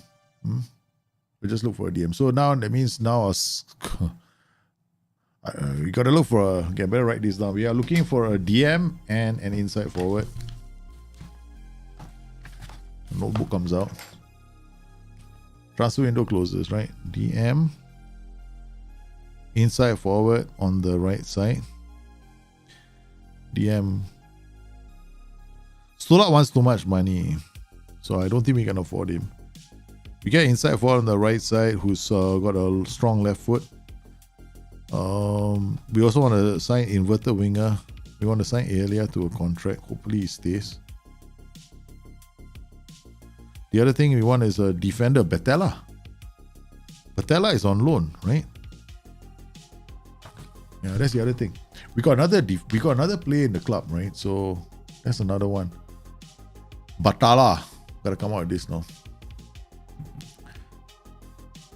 Vito is not bad, but not that great, right? We signed him on a loan. Yeah, Stulak is just too expensive. Yeah, I can't afford him. He's just too good. Mateo hands in transfer request. Formerly he wants a... Okay, that's his problem. Okay.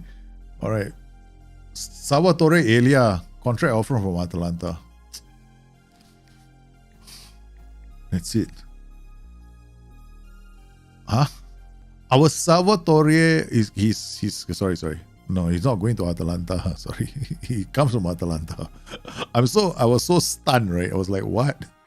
Okay. It has happened to me before. Once a long time ago. I didn't pay attention to the January transfer window. I lost a few players. It can happen again. On deadline day now. Let's go to our squad. We got Batala as well. There, this guy. Yeah, so he's not playing badly. 22 years old. Contract details. His contract at the club expires in June of 24. So end of this season, we can actually swoop in, try and get him to come to us. Profile 7.6 million. 550, yeah. We'll wait until the end. But if Salvatore Alia goes, that's it, man. We're gonna have problems. I don't think we'll have that many problems. We can ask Damiani to play there. ABC loan deal, no, reject. I think Mateu wanted to play in defense, but ever since I started playing the combination of Tobias and Batala, he's gotten a bit pissed. Let's see whether he gets off. Let's see whether we can make him happy now. Oh yeah, we got him to stay. This is a big signing, for us. But it also means that if he performs really well and he leaves us, we get 2 million for him, right? So that's the only way I could hold on to him. So I can always renegotiate the contract at the end of the season and give him a better contract. Okay, we got him to stay. Now we know his value as an inverted winger. I'm acting as if he's been creating a lot of chances when in reality he only created one outstanding chance.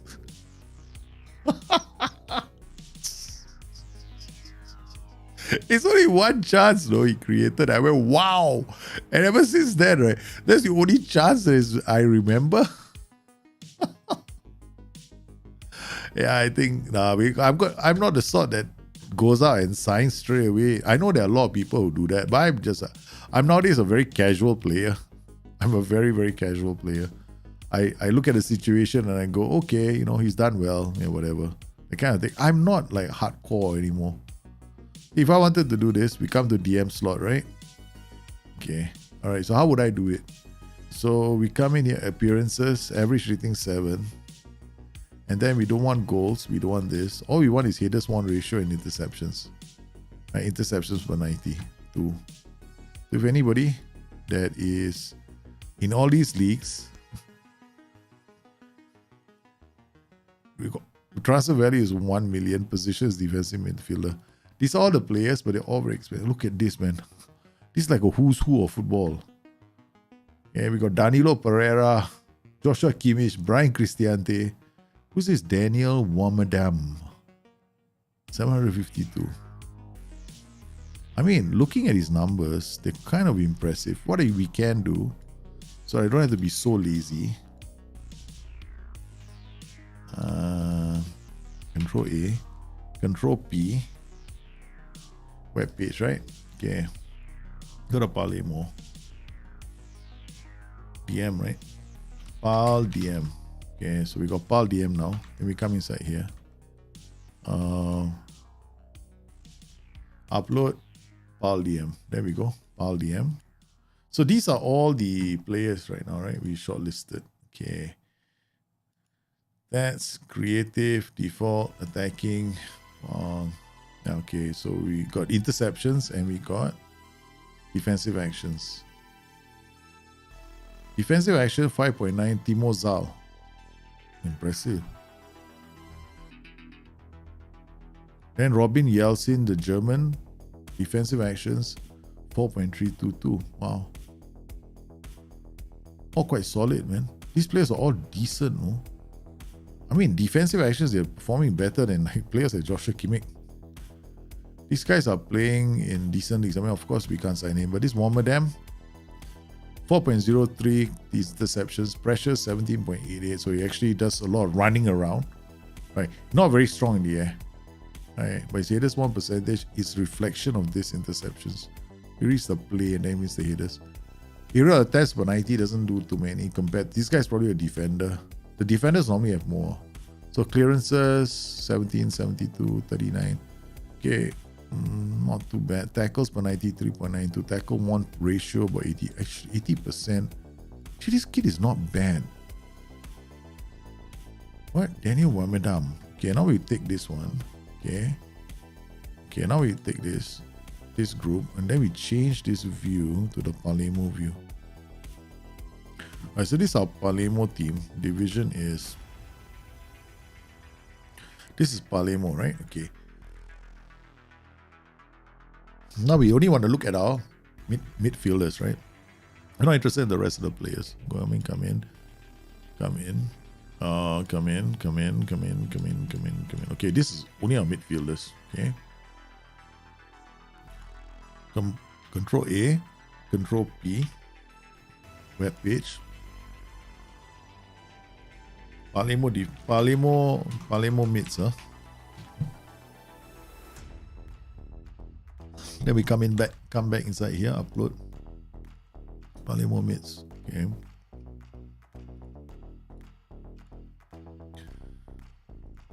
Okay, so we got defensive again calculated. So our Palermo mids right now.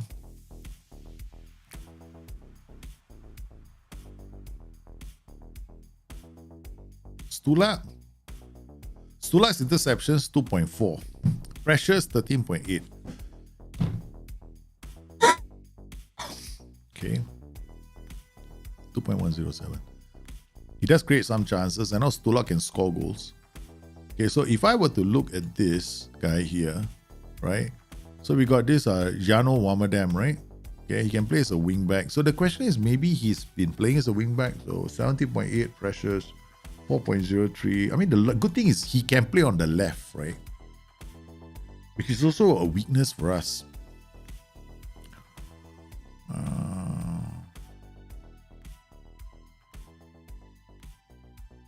I think that we have a player, because this guy is not bad. He's quite good. He beats the numbers of our blessed players. Then Andrei Kriaev, the Bulgarian, 2.79, 18.97 pressures. Wow, this guy is really also works very hard.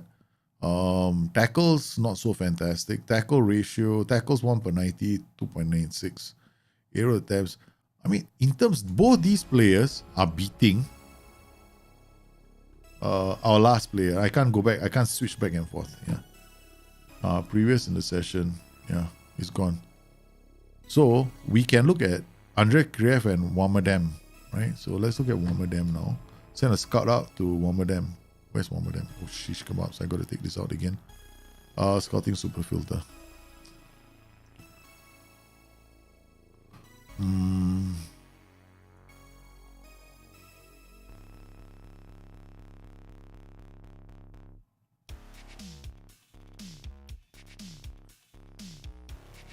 Right, this is the scouting super filter just now we used for average rating. We went for interceptions, right?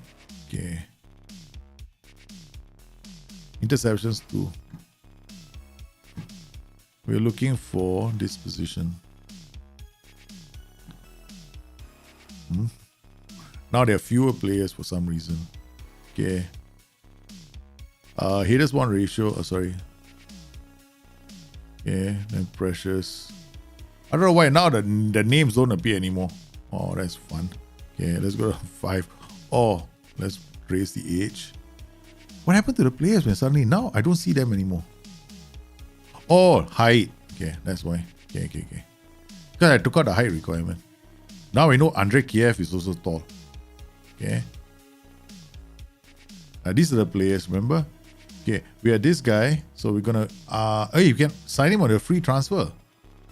That's it. You require Palermo to be promoted before you consider joining. Shucks, you know. We were trying. Then we got this guy. I expect that to be out for. So basically just these two players only. Right. Okay, so we will add him to our shortlist. We'll add this guy to our shortlist because definitely, I mean, it'd be nice. It would have been these players. I can drop the requirement and go for Timo Zal as well. 18 years old. Let's see this. Timo Zal plays as a defender. Okay. Pressures 9.5. I think he's been playing as a defender all this way. Let's look at his performances. We have to scout him to get more information on him. I think he's been playing as a defender all this way. His value unknown. Okay, let's go and scout this player. Right. So he could also be another one that we're looking at signing. Yeah, Wamerton's his interceptions are very, very good, right? Yeah, Zal probably playing as a central defender. So if I wanted to sign, it'd be Wamadam. But Wamadam doesn't want to come to us unless we're in Serie A. So clearly we found the right player. Ambitious enough to go like, hey, you stupid jokers here, you want me to come to your club? Why are you playing, man? I want to play in Serie A. I don't want to play in some Mickey Mouse side. You know how good a player I am. That's probably his attitude at the moment. But his interceptions were solid, so that would be a very good signing for us. So transfer deadline is passed is okay. At least we know. We kind of know the players that we need to add to our squad. We have most likely the priority has to be inside forward right now. Okay, that's the priority for me. Inside forward, that's the first one. Then the other one is the DM, right? DM and inside forward. These are the two positions we want to fill up.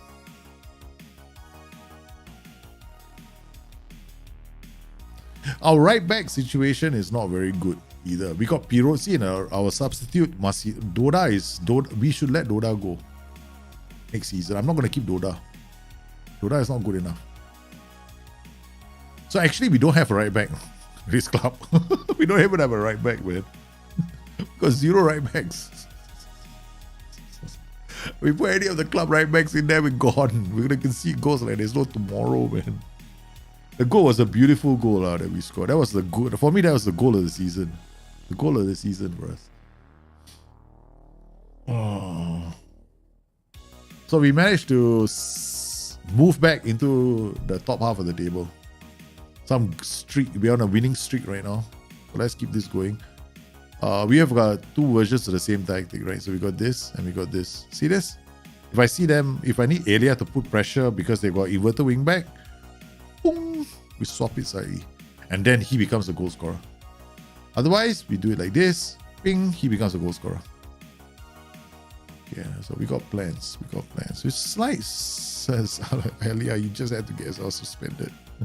Now, for the first time this entire season, I'm going to have to think, who should we play on the left?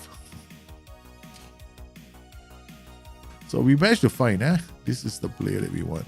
Yeah. Wamadam.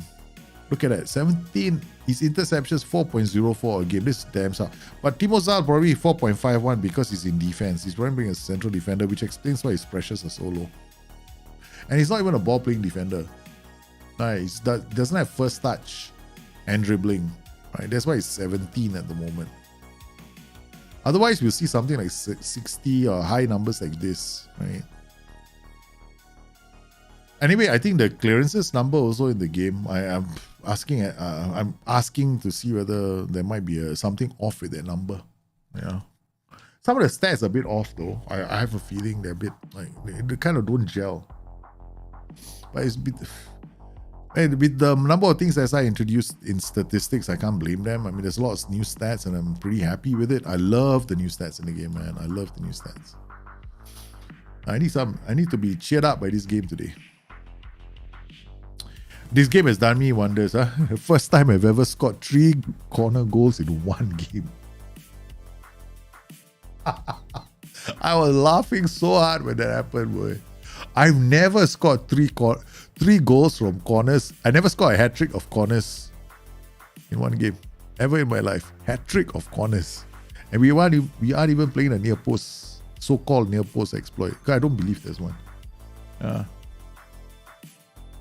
Okay, we got to play Regina, and then we will probably give the main team a rest, or maybe not. We'll just let them play. I don't think we'll rest them. They got 2 recovery sessions. They should be fine.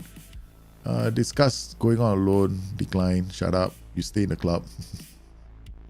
You may not be good enough, but it doesn't mean you're going on loan. Do you see the max video from others showing that drop off, step up are just cosmetic? No.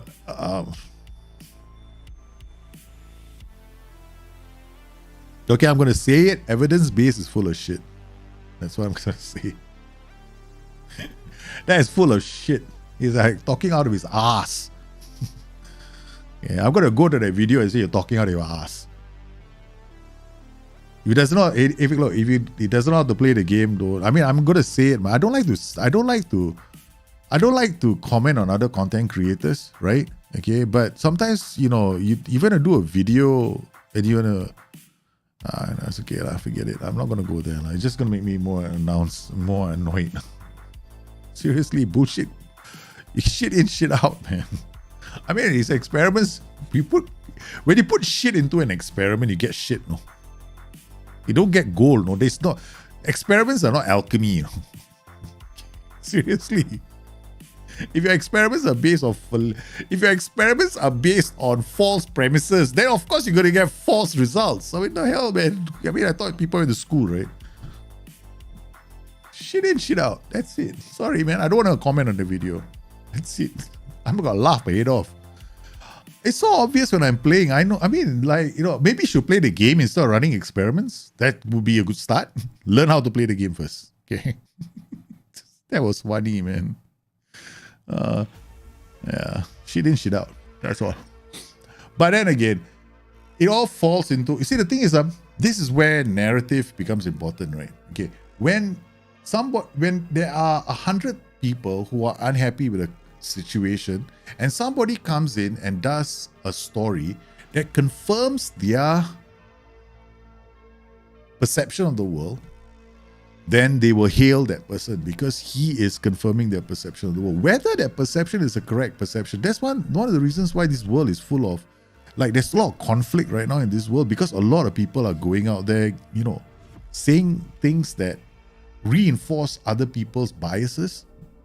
So it is very hard for people to accept the truth, right? Because you've got these people coming in and confirming your biases. So, you know, of course, you're going to have a whole bunch of people going, this must be right because it confirms exactly what I felt. Right? So I'm the sort of person that goes like, I think sometimes it's better for a person who doesn't know what's happening to go and try these things out themselves. Right? Yeah, that's my opinion, man. So if he's going to put in garbage is going to come out. So at the end of the day, this just, you know, when this is one of the reasons why I don't go to certain channels, because those channels are going to be loaded by people who don't want to try things out themselves. They rather someone go in there and confirm their biases. Why? I'm not that kind of a person. I will never judge somebody else, okay, based on what somebody else says. I will try it out first before I judge. No, I don't judge people. I can't even. I'm not that person. It's not my DNA to go and do that, right? I rather, if people come to me and they go like, what do you think of this? I'm like, part of me is like, I get annoyed with that question, to be honest, because I'm like, what do you think about it? If you, honestly, that's what I want to ask people. Yeah, but I'm sure that I'm sure I'm going to hear from, I'm sure I got a lot of friends of mine laughing right now, somewhere in the corner of the world at the moment. There's got to be a few of my friends laughing. And they're probably laughing. They're probably going to go. And SI won't react. Right? SI did react once, but I don't think SI is going to react this time. Because, okay, sometimes people do intentional videos like that to get SI to sometimes you want to do these kind of videos because you want the creator to acknowledge that you have a valid point of view. So they sometimes, some networks, right, they create a false narrative because they want something else. I give you a very good example. Like, you know, Martin Bashir, when he wanted to interview Princess Diana, right? He couldn't get an interview unless he gave false documentation. And that was the only way they opened the door to speak to that person. So by doing so, they acknowledge Martin Bashir as a person who's a reporter, right? Otherwise, that would never have happened. So when a person does, sometimes he's like, maybe I can get a reaction from SI. Then I get more people coming to my channel and watching my shows. Could be another one. Who triggered the Jeet? Come and take responsibility. No, man. I've got my own things now to sort out next couple of weeks.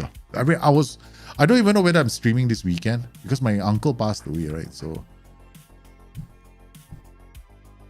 that's another thing altogether. I was supposed to stream this weekend, but I'm also supposed to be in Melbourne this weekend. I haven't booked my airfare tickets yet because I'm trying to see whether I can bring my son with me. The school doesn't want to let my son go because they have an assessment for him, and my mother-in-law is in the hospital because she has to have a spinal operation. So yeah, kind of like, you know, I feel like I'm in a train crash. I feel like I'm one of those John Woo movies, right? Everything's happening in slow motion. Oh, and that's another reason why we watch Stulak. Stulak is been our set piece master. Yeah, all our corners came from Stulak, man. Who's gonna create our corners if Stulak is gone? Do you remember the game when we scored three goals from corners, right? Right? It was Stulak delivering. Oh my goodness. When Stulak goes, we're gonna have a problem. Come on, get it! Yeah! Solari with his second goal. Guys, we are back. We are back. We are back. The game is the game. You choose to play it or not.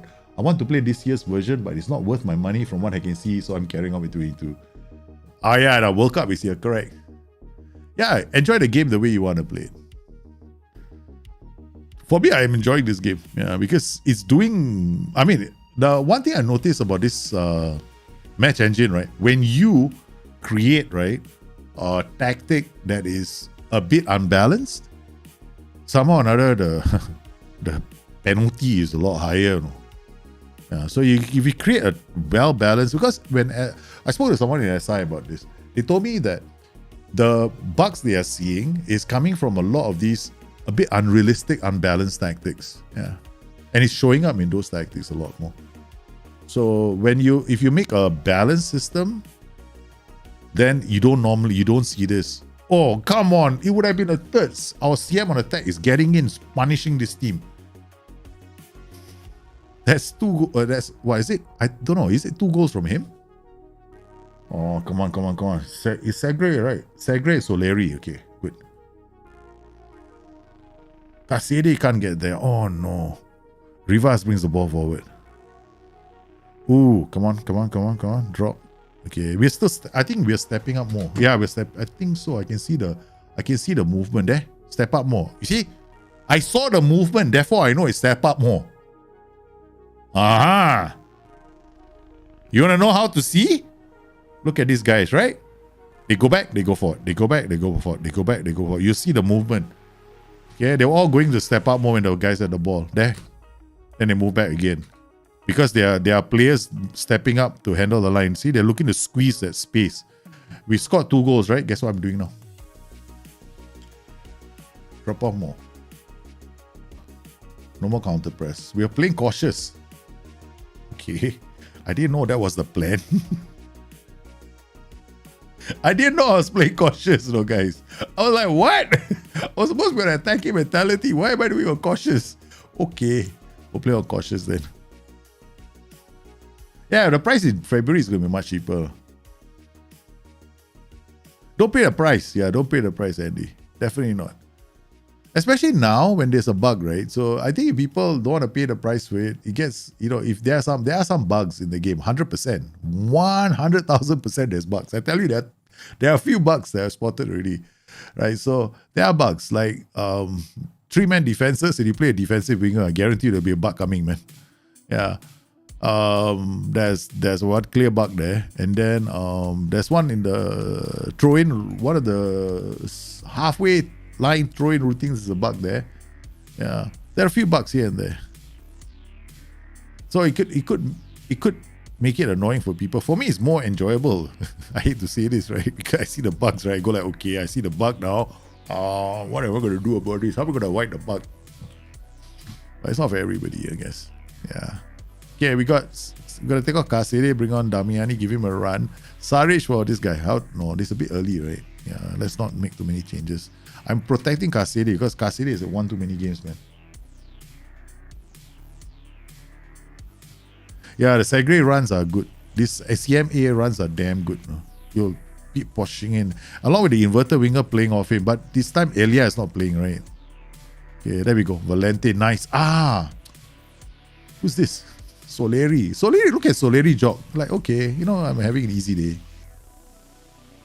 Because why are we dropping off more? There? Okay.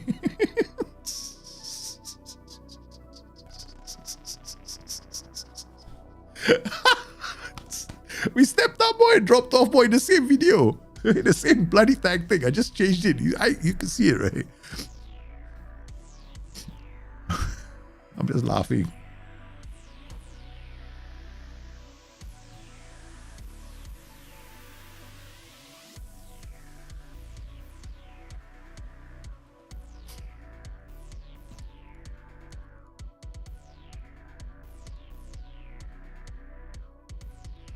Yeah.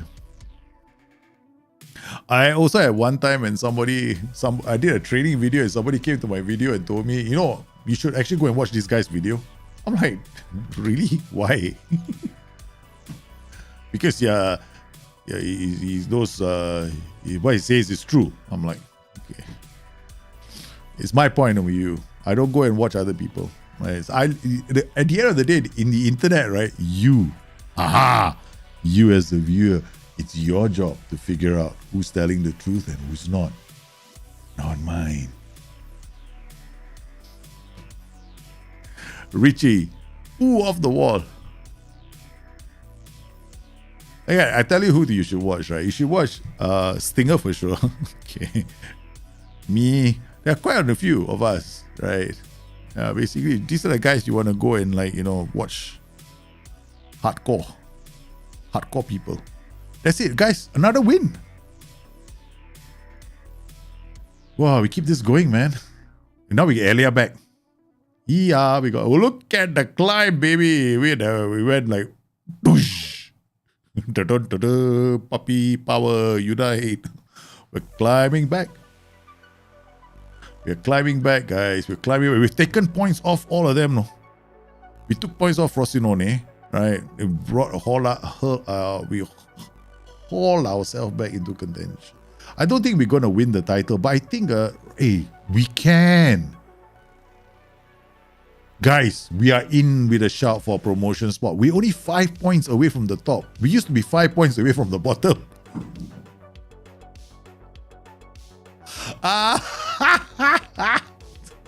We were 5 points away from we got from 5 points. We flipped the script, guys. We went from 5 points away from the bottom to 5 points away from the top. Welcome to the Twilight Zone. Oh man, Andy, tell me about it. You can handle bugs. Yeah, if you can play Cyberpunk, you've handled a lot of bugs.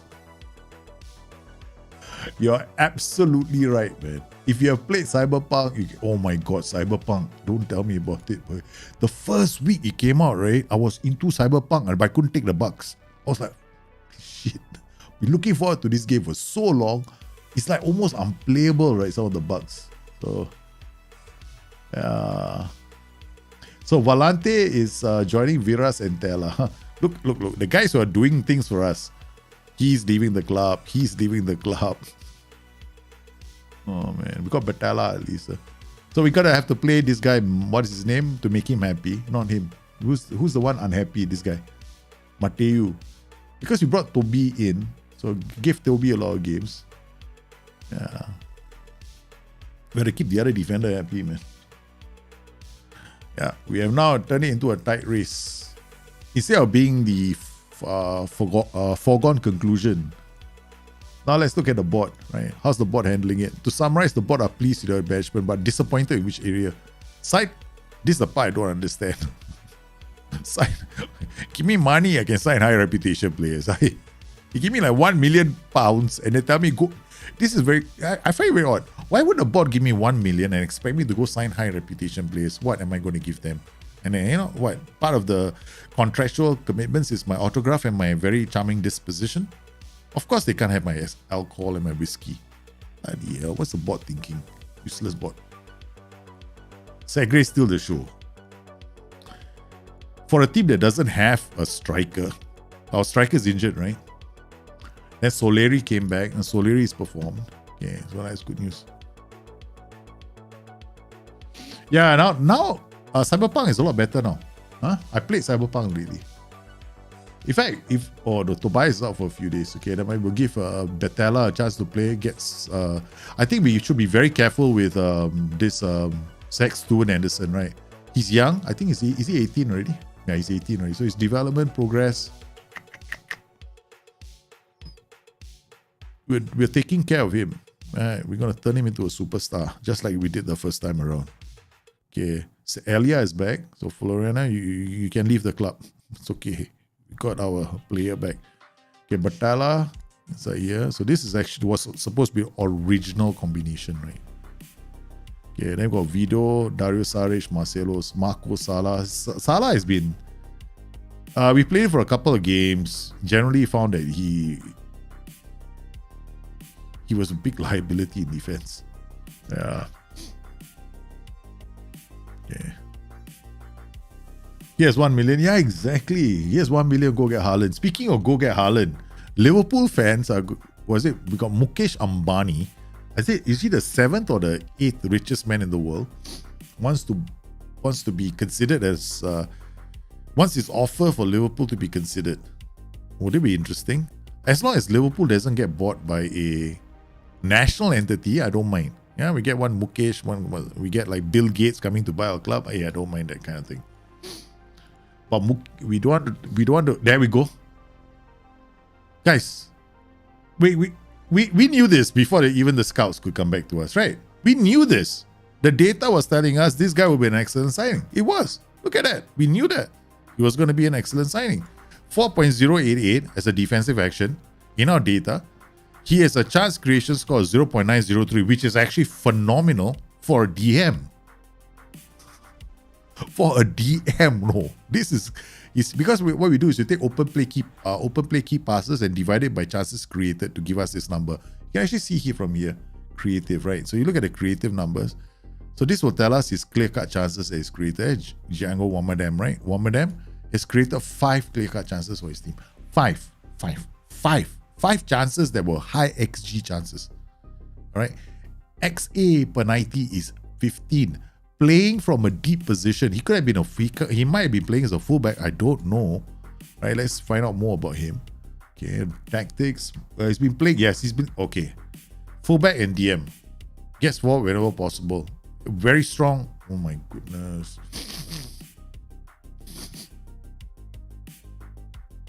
You will want somewhere between 700 and 1.5. Okay, guys.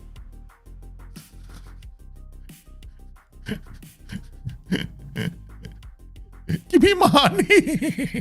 Give me money. I want to sign that player.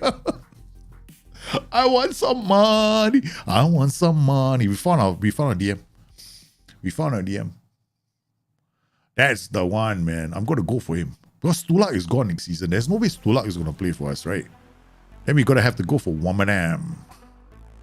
I better remember him. I'll probably forget. This guy is not bad as well. This youngster. Okay. Ability, natural, good position, decisions to make for intelligent player. That's why his interceptions are so high. Right. So his interceptions are very high. He's been playing largely as a defender. He's played a couple of times. This is not, I mean, it's okay, but I get a bit worried with this kind of players. I usually want a DM to have two decent feet. Transfer. Add a transfer target. Maybe the bot can do something. Who knows, right? Maybe between now and the end of the season, we might get bought. This club might get bought up with Mukesh Ambani, and suddenly I find myself with 20 million. There was one time I remember I was playing Football Manager, and then we got bought out by Sugar Daddy, I think. It was very rare, right? And then the next thing I know, I've gone out to assign my players. And then there's another player that joins the club, and I know I didn't have any plans to sign him. I didn't know. I didn't go out there and go and try to sign the player because I didn't have enough money. Then when the window closed, I noticed he was in my club. Apparently, the chairman went to sign the player himself. I was like, wow, first time it's happened.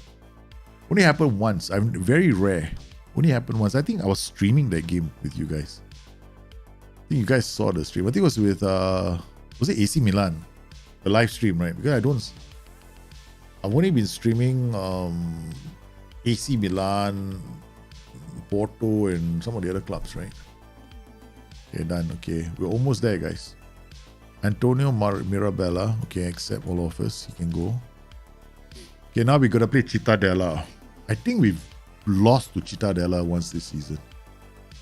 Yeah, I think Cittadella defeated us. Gotta be careful with all this bot. And now we prepare games the proper way. Huh? Okay. Not the I don't know what's happening, let's go in and figure things out as we go. None of that nonsense. Now we go before the game, we go and see the data hub. Opposition in structure, see the defensive. It's the three things we check: defensive efficiency, attacking efficiency, and pitch tilt. That will tell us enough information on what to expect from these teams. Pitch tilt will tell us whether or not they're an attacking team, how long they spend in opposition thirds. Defensive and attacking efficiencies will basically tell us how strong they are defensively and offensively. It should be enough information for us to prepare ourselves. Because the last thing we want to do is go into a place where we feel like we're... sometimes you go into a game and they're very attacking from the get-go, and it can surprise. Okay, so what we'll do is we come into the data hub. It's over here. next opponent. And then we come into next opposition performance. We got pitch tilt here. Palermo is here. Cittadella is here. Lots of passes. Yeah, few passes in the final third. Cittadella don't create a lot of chances. They spend a lot of time in their own third. Okay, defensive efficiency. Okay, Palermo are now finally here. We have to move ourselves to this quadrant, right? We're still quite leaky. I'm desperately trying to move us here. Yeah, attacking efficiency, one of the best. Okay, all right. Okay, only 2 other teams are better than us. Okay, we've got our players. Peretti, bro. No, none of you. Okay, all right, let's go. I don't need Arcadi. Floriano for Arcadi. I said Floriano for Arcadi. Okay, done. All right, let's go, boys. Cautious, away from home. Yeah, we'll start cautious. But we're playing high up the pitch anyway, so it's a lower mentality. It's not a bad thing. Just, you know, our attacking duties will still get up the pitch. That's for sure. All right, so we're starting. Oh, yeah, they've got... Okay, I just saw something. Ah, man. Should I check the formation? All right, we're going to move a bit higher. We're going to go balance now. Step up more. Okay, this is good. This is good enough. We'll stay in their half. Right, those wing backs of theirs, they're going to come up the pitch. I don't want to be... We want to keep the ball like how we're doing right now. Look at the action zones.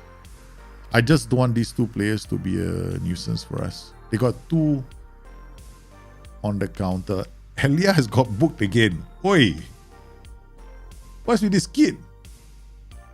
He's off tackles. What's this? He's a violent boy, man.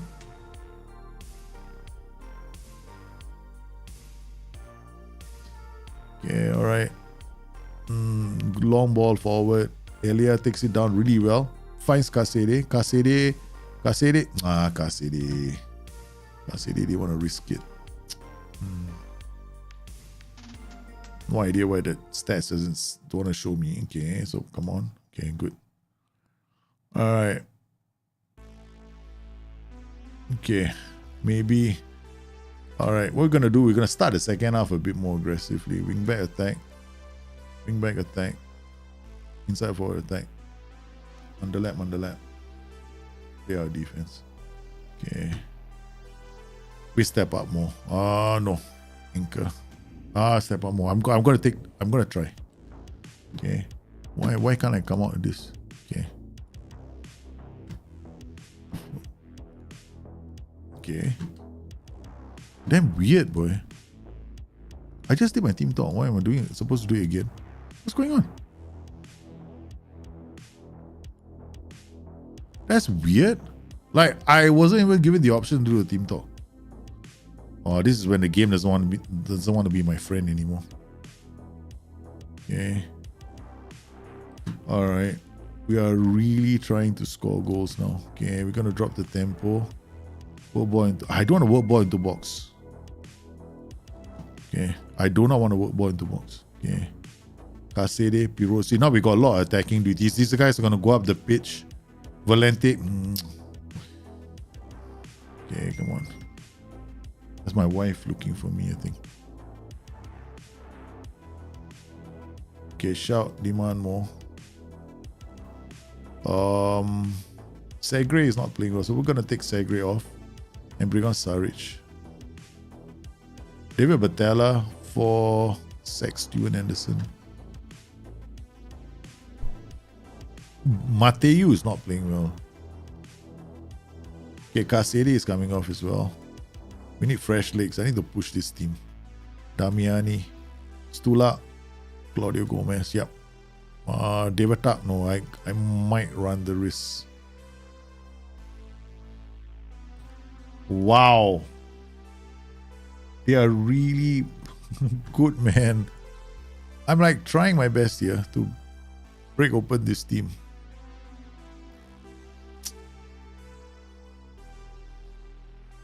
Cittadella. I mean, I could have tried a few more things, right? Like work ball into box, you know. But the last thing I want is to lose the game, affecting our morale. But we're still in with a chance. We're 6 points behind. All right, so we've done pretty well. to turn things around. He done pretty well. Just didn't push it enough. Looking at the time, okay, there's just a few more things to do. Agents sometimes come to clubs instead of club reaching out to play. Yeah, agents come to clubs quite a lot, even in the game right now, right? So they come without without you putting out any kind of feelers. They come and they go like, do you want to sign our player? All right, so offers made for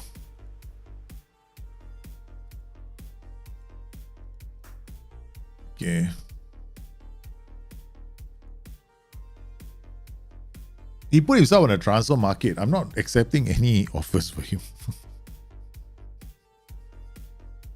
I want to see how far I can go, no? I haven't transferred this to any of these players. And I'm not interested in talking to them. We'll worry about that at the end of the season, okay? It's like, hey, where are they going to go? It's not like they can register themselves in a new club. That's the thing about me in this game. I just, yeah. So what do you guys, what do you think of the news that Liverpool might be bought up by might be going to new ownership? Do you think that's going to happen, or do you think Liverpool as a club are just fishing? I think Liverpool are seriously looking for an injection of funds, right? Because they are looking at signing somebody in the transfer window. The timing is, and the World Cup is coming soon, right? So there could be players that are available, and there's a rumor has it Liverpool are looking at. I don't think Victor Osimhen is realistic because they just signed Nunes, but that Jude Bellingham, the need for a central midfielder, yeah, that cannot be denied because Liverpool have a rather oldish central midfield right now. We've got Fabinho, Henderson, Thiago, all pushing the wrong side of 30 very soon. So Liverpool, and then if you look at Real Madrid have a very young midfield. Like, what is with you, Elia? I know you come back straight away, fall sick. What the hell's wrong with this kid, man? Yeah, Liverpool will sell quick. They're that sort of club. I won't be surprised. But I'm hoping that Liverpool don't go to a foreign entity like, Newcastle and PSG and Man City. They're all owned by countries. They're not owned by individuals, right? So that is something I dislike.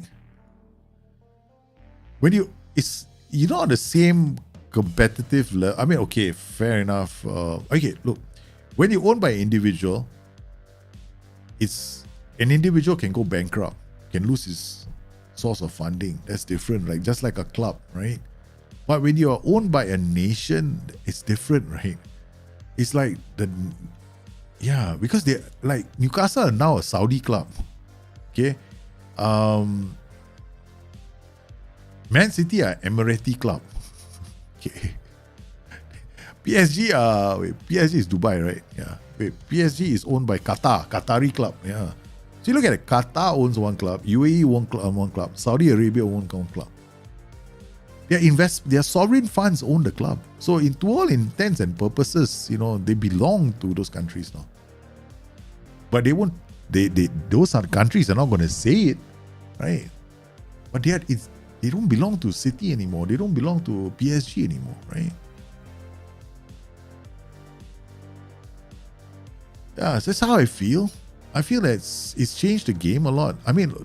For PSG, that was 100% whitewashing. It was money washing all the way, right?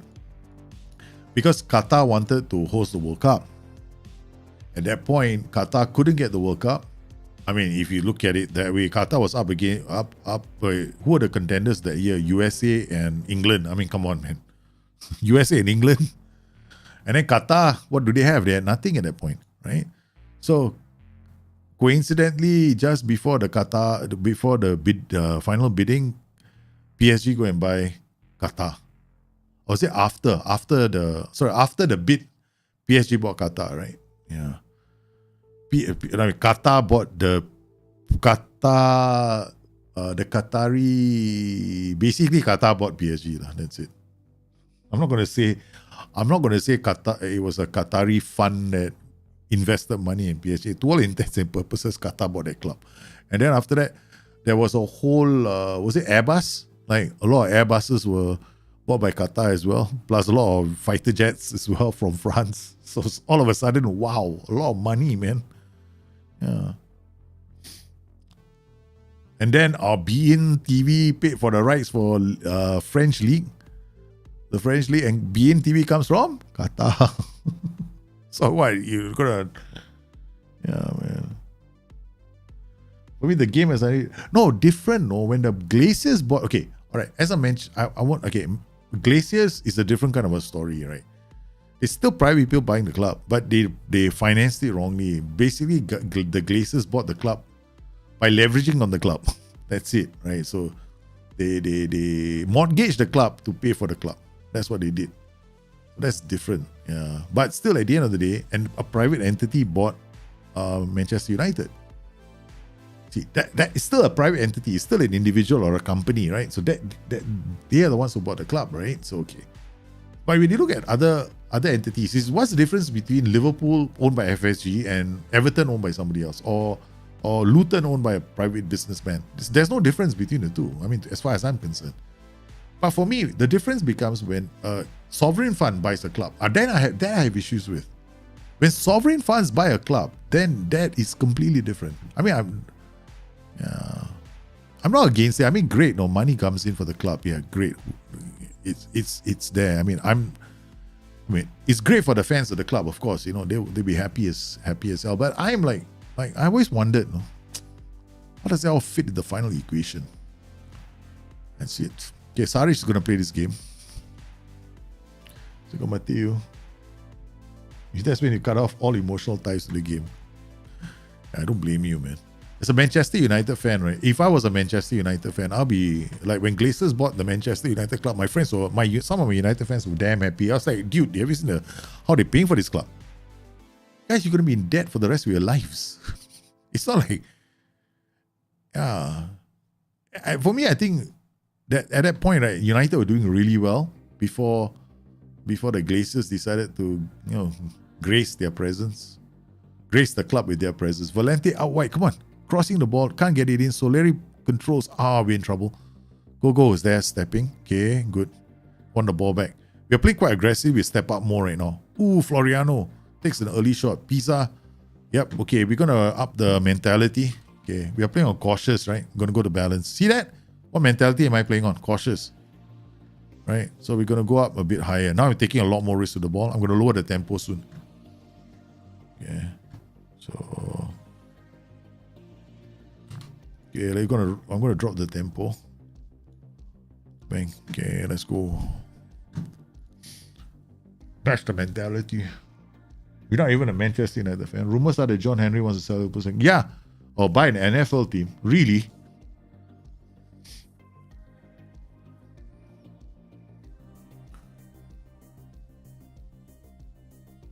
Again, I mean this formation. I don't like this formation because it always makes me need to push. Okay, alright. So we're gonna push. Wing back on attack. Wing back on attack. Inside for an attack. Underlap. Okay, play our defense.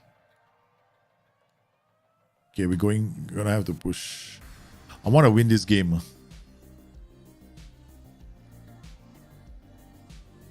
Oh man, that was at a corner highlight some more. Sheesh kebabs.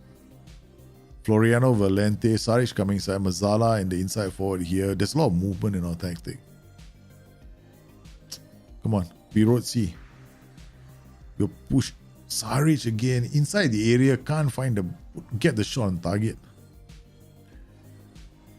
We're dragging, trying and dragging. Okay, run a defense. I don't think we have the players to run a defense. And then Soleri is now, we got to bring on Vido. Fresh legs in attack. Don't tell me it's another draw. How many draws am I going to get, man? Okay, we're going to have to take off the center. the most expensive formation ever. Okay, Saric, Claudio Gomez, Damiani, Segre comes here. This guy is still here. Stulek comes there. Segre comes here. Saric for Damiani. Okay, let's go. That's it. That's the last thing I can do. I can raise mentality again, but damn it, it's another 0-0. Shit. Can't find the bad. We're not creating very good chances. We're not creating very good chances. But somebody here doesn't want to lose so many games. We're also lacking the final third kind of players.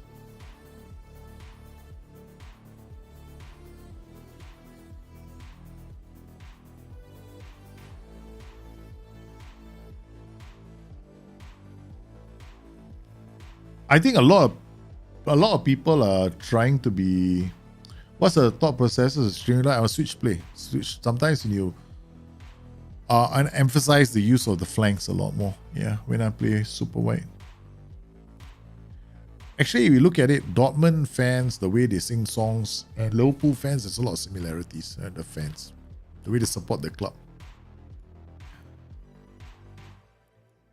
It's 2 draws, but we didn't play very well. I mean, we had Ilya missing as well. So now with Ilya and Brunori, 2 of our starters, I don't want to lose matches. Our problem at the start of the season was we were losing a lot of these matches with teams like Cittadella and Pisa. But not beating them is also not a good sign. We got big games coming out against Cosenza next. Cosenza is on the top half of the table.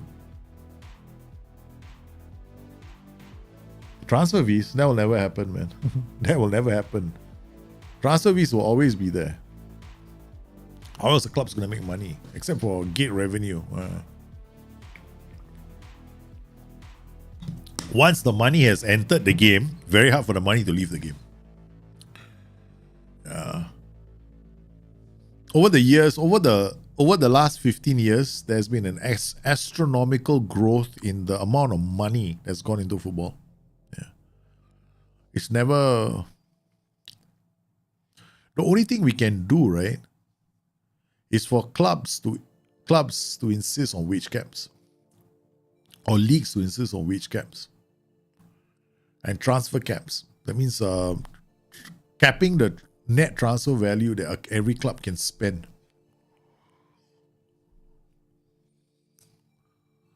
But then you have countries like small countries like Singapore who are super rich, who don't mind paying a lot more money for television rights to watch the game. So then still money is going in. That's the problem at the moment. Money is good. Too much money is going to the sport. NFL is full of money, but NFL is a different kind of... Okay, NFL is different from Premier League football, right? Because in NFL, when you look, it's a franchisee sport. Okay, in NFL, you can move a club to a different country, to a different state. You can see, like, one moment the Miami Dolphins could be playing in Miami. The next moment, the owner decides I'm not going to play in Miami anymore because another state is giving me better tax breaks. I want to move it to Florida and call it something else. It's happened before. So, it's not the same thing, right? These are all, and they've got their own franchise rules as well. Yeah, it's not going to be the same thing. I don't see it working that way. It's very, very different. In fact, the Americans wanted to go to England and Europe, and they wanted to change the way football was being run more along their lines, right? And the clubs all protested. The fans as well protested because it's different. And also you have to remember, right? There is no, in the NFL, right? There is no jeopardy. There's no feeling of jeopardy. Like, okay, that we are going to lose the money, because they're always going to get the money because they're part of a franchise, right? So they negotiate as a franchise, right? The rights as a franchise, and then the clubs get the amount of money as a franchise, right? And there's no jeopardy in the sense that that one of them is going to get relegated. So when the Americans came over with the idea, they wanted to also abolish relegation so that it can always be guaranteed that amount of money every season. It's different. Yeah. That is why transfer fees are not necessary in that system, right? Okay, because there is no situation that will emerge where one club is suddenly going to lose all their television funding. Because they will always have that funding. They always have that money coming in, right? So transfer fees are moot there. Yeah. So instead of transfer fees, then what ends up happening is players get paid even more money, right? For signing to clubs. If you look at the US, right? The players are paid a lot more money to play the sport because there aren't any transfer fees. Because they don't need transfer fees. There's no competition there in that sense. That's my personal opinion, of course. I mean, I could be wrong. Yeah, maybe. But if the Super League ever becomes a reality, I foresee a lot of people. I foresee a lot of people overnight, right? They'll stop watching, or maybe they'll have issues supporting their clubs. I don't know. I have that feeling. Okay, we're going to do something, right? Perugia and Palermo. I'm just going to try something because we haven't been scoring goals. I want to do something really, like, very left field. Okay, so very, very left field. Wingback attack. I could lose this game, but I want to try this. I know that in my head, it is very possible on this right now. Okay. All right, everything done.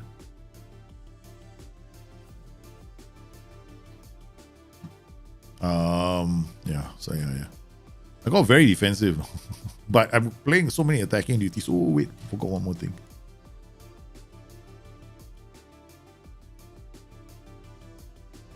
Let's see if this happens. It works. Yeah, I'm not surprised. I think that's why they went in. They wanted to be guaranteed X amount of money, right? See, now what's happened is Liverpool suddenly in one season they may not be in the Champions League, right? He realizes what happens if Liverpool don't make it into the Champions League next season. I'm gonna lose all money.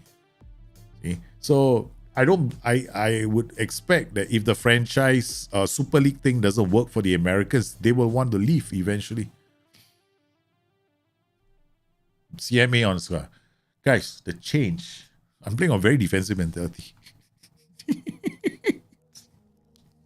I feel like it's such a... Yeah, baby. Perugia and Palermo, because we need to get back on winning ways. Man, I need to get back on winning ways, so I'm going to very defensive mentality to get that done. Does that sound insane or what? This is a game, man, for me. Valente, look at how he passed the ball. Of very defensive mentality. Boom shakalaka. Oh man, got inside. That was good, no? If he just squared the ball. Perugia. Okay, look at the final third passes right now. Okay, 26 versus their 10. Okay, corner now, Stulak. Okay, get it in. Ah, man. This doesn't always happen. I scored 3 goals from a corner and I went from set piece master to set piece 0 in the same bloody show. Matiju, come. Matiju. Oh, Salah holds up the ball, looks for an inside run. Segre says, here's Soleri, Stulak. Come on. There, gets it away. Matela. Oh, one ball over the top to Valente. Valente squares it. Oh, this is oh my goodness. I need to score goals. Better go very fast. Sounds like a crazy thing to do, right? But I also I don't know if you noticed as well. I also went a lot of attacking duties, right?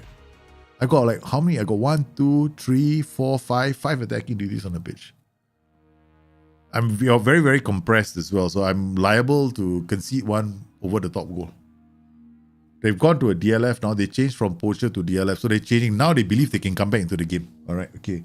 So this is going to be interesting, right? So we are going to drop off more.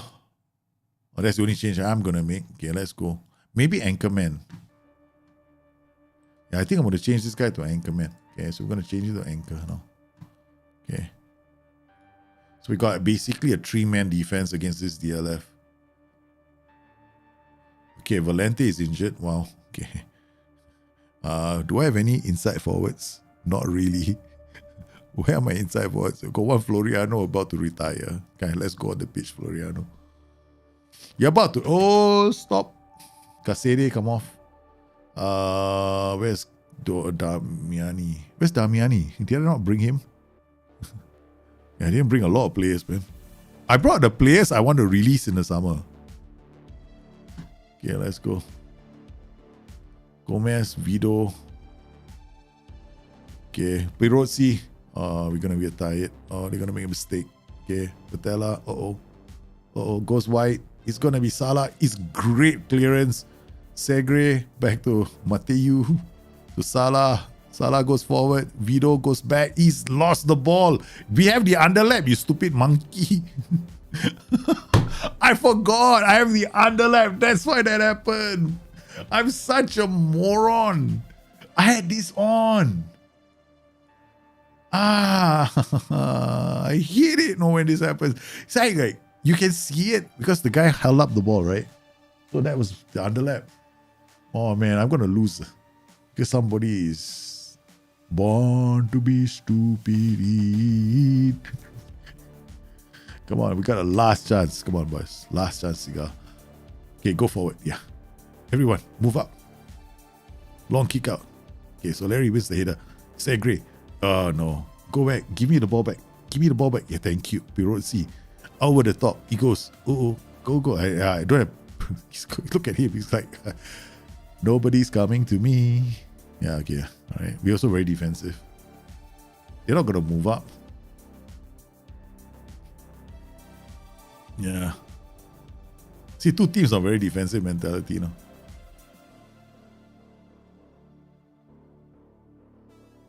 See what has happened on very defensive mentality. Look at that. They're also very defensive. They're waiting to hit me on the counter. I'm waiting for them to make a mistake. We didn't press. Just a bit disappointing. We get 3 draws in the last 3 games. And now it's an 8-point gap. But still, we have a chance, right? We still a long way to go. I just want to lose games so easily this time. So we've gone undefeated for a while. We won, and then after that, had 3 draws. We got to play Cosenza at the top of the table. Hey, they're not. We are favourites right now. Okay, wow. Nowadays we are favourites, but even favourites as well. So neutral. That's good news. Alrighty. It's been quite an interesting journey, man. In society, the most wealthy hold the most power as it stands to reason that things will suit the money man. Of course. The rich people own...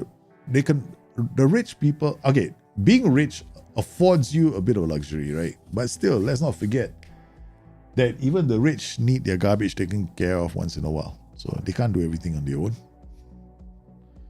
They have to depend on everybody else. It's just that you have to remind them once in a while of what. You have to remind them that this is an interconnected world that we live in where everybody depends on everybody else. Otherwise, some people will always try to get their own way, right? It's a question of whether you let them or not. That's it. Well, I hope you enjoyed today's show. I am going to be going right now. I got to go and pick up the kids. You guys, please stay safe. Take care of each other. Thank you for your support. Thank you for keeping me company. Bye-bye.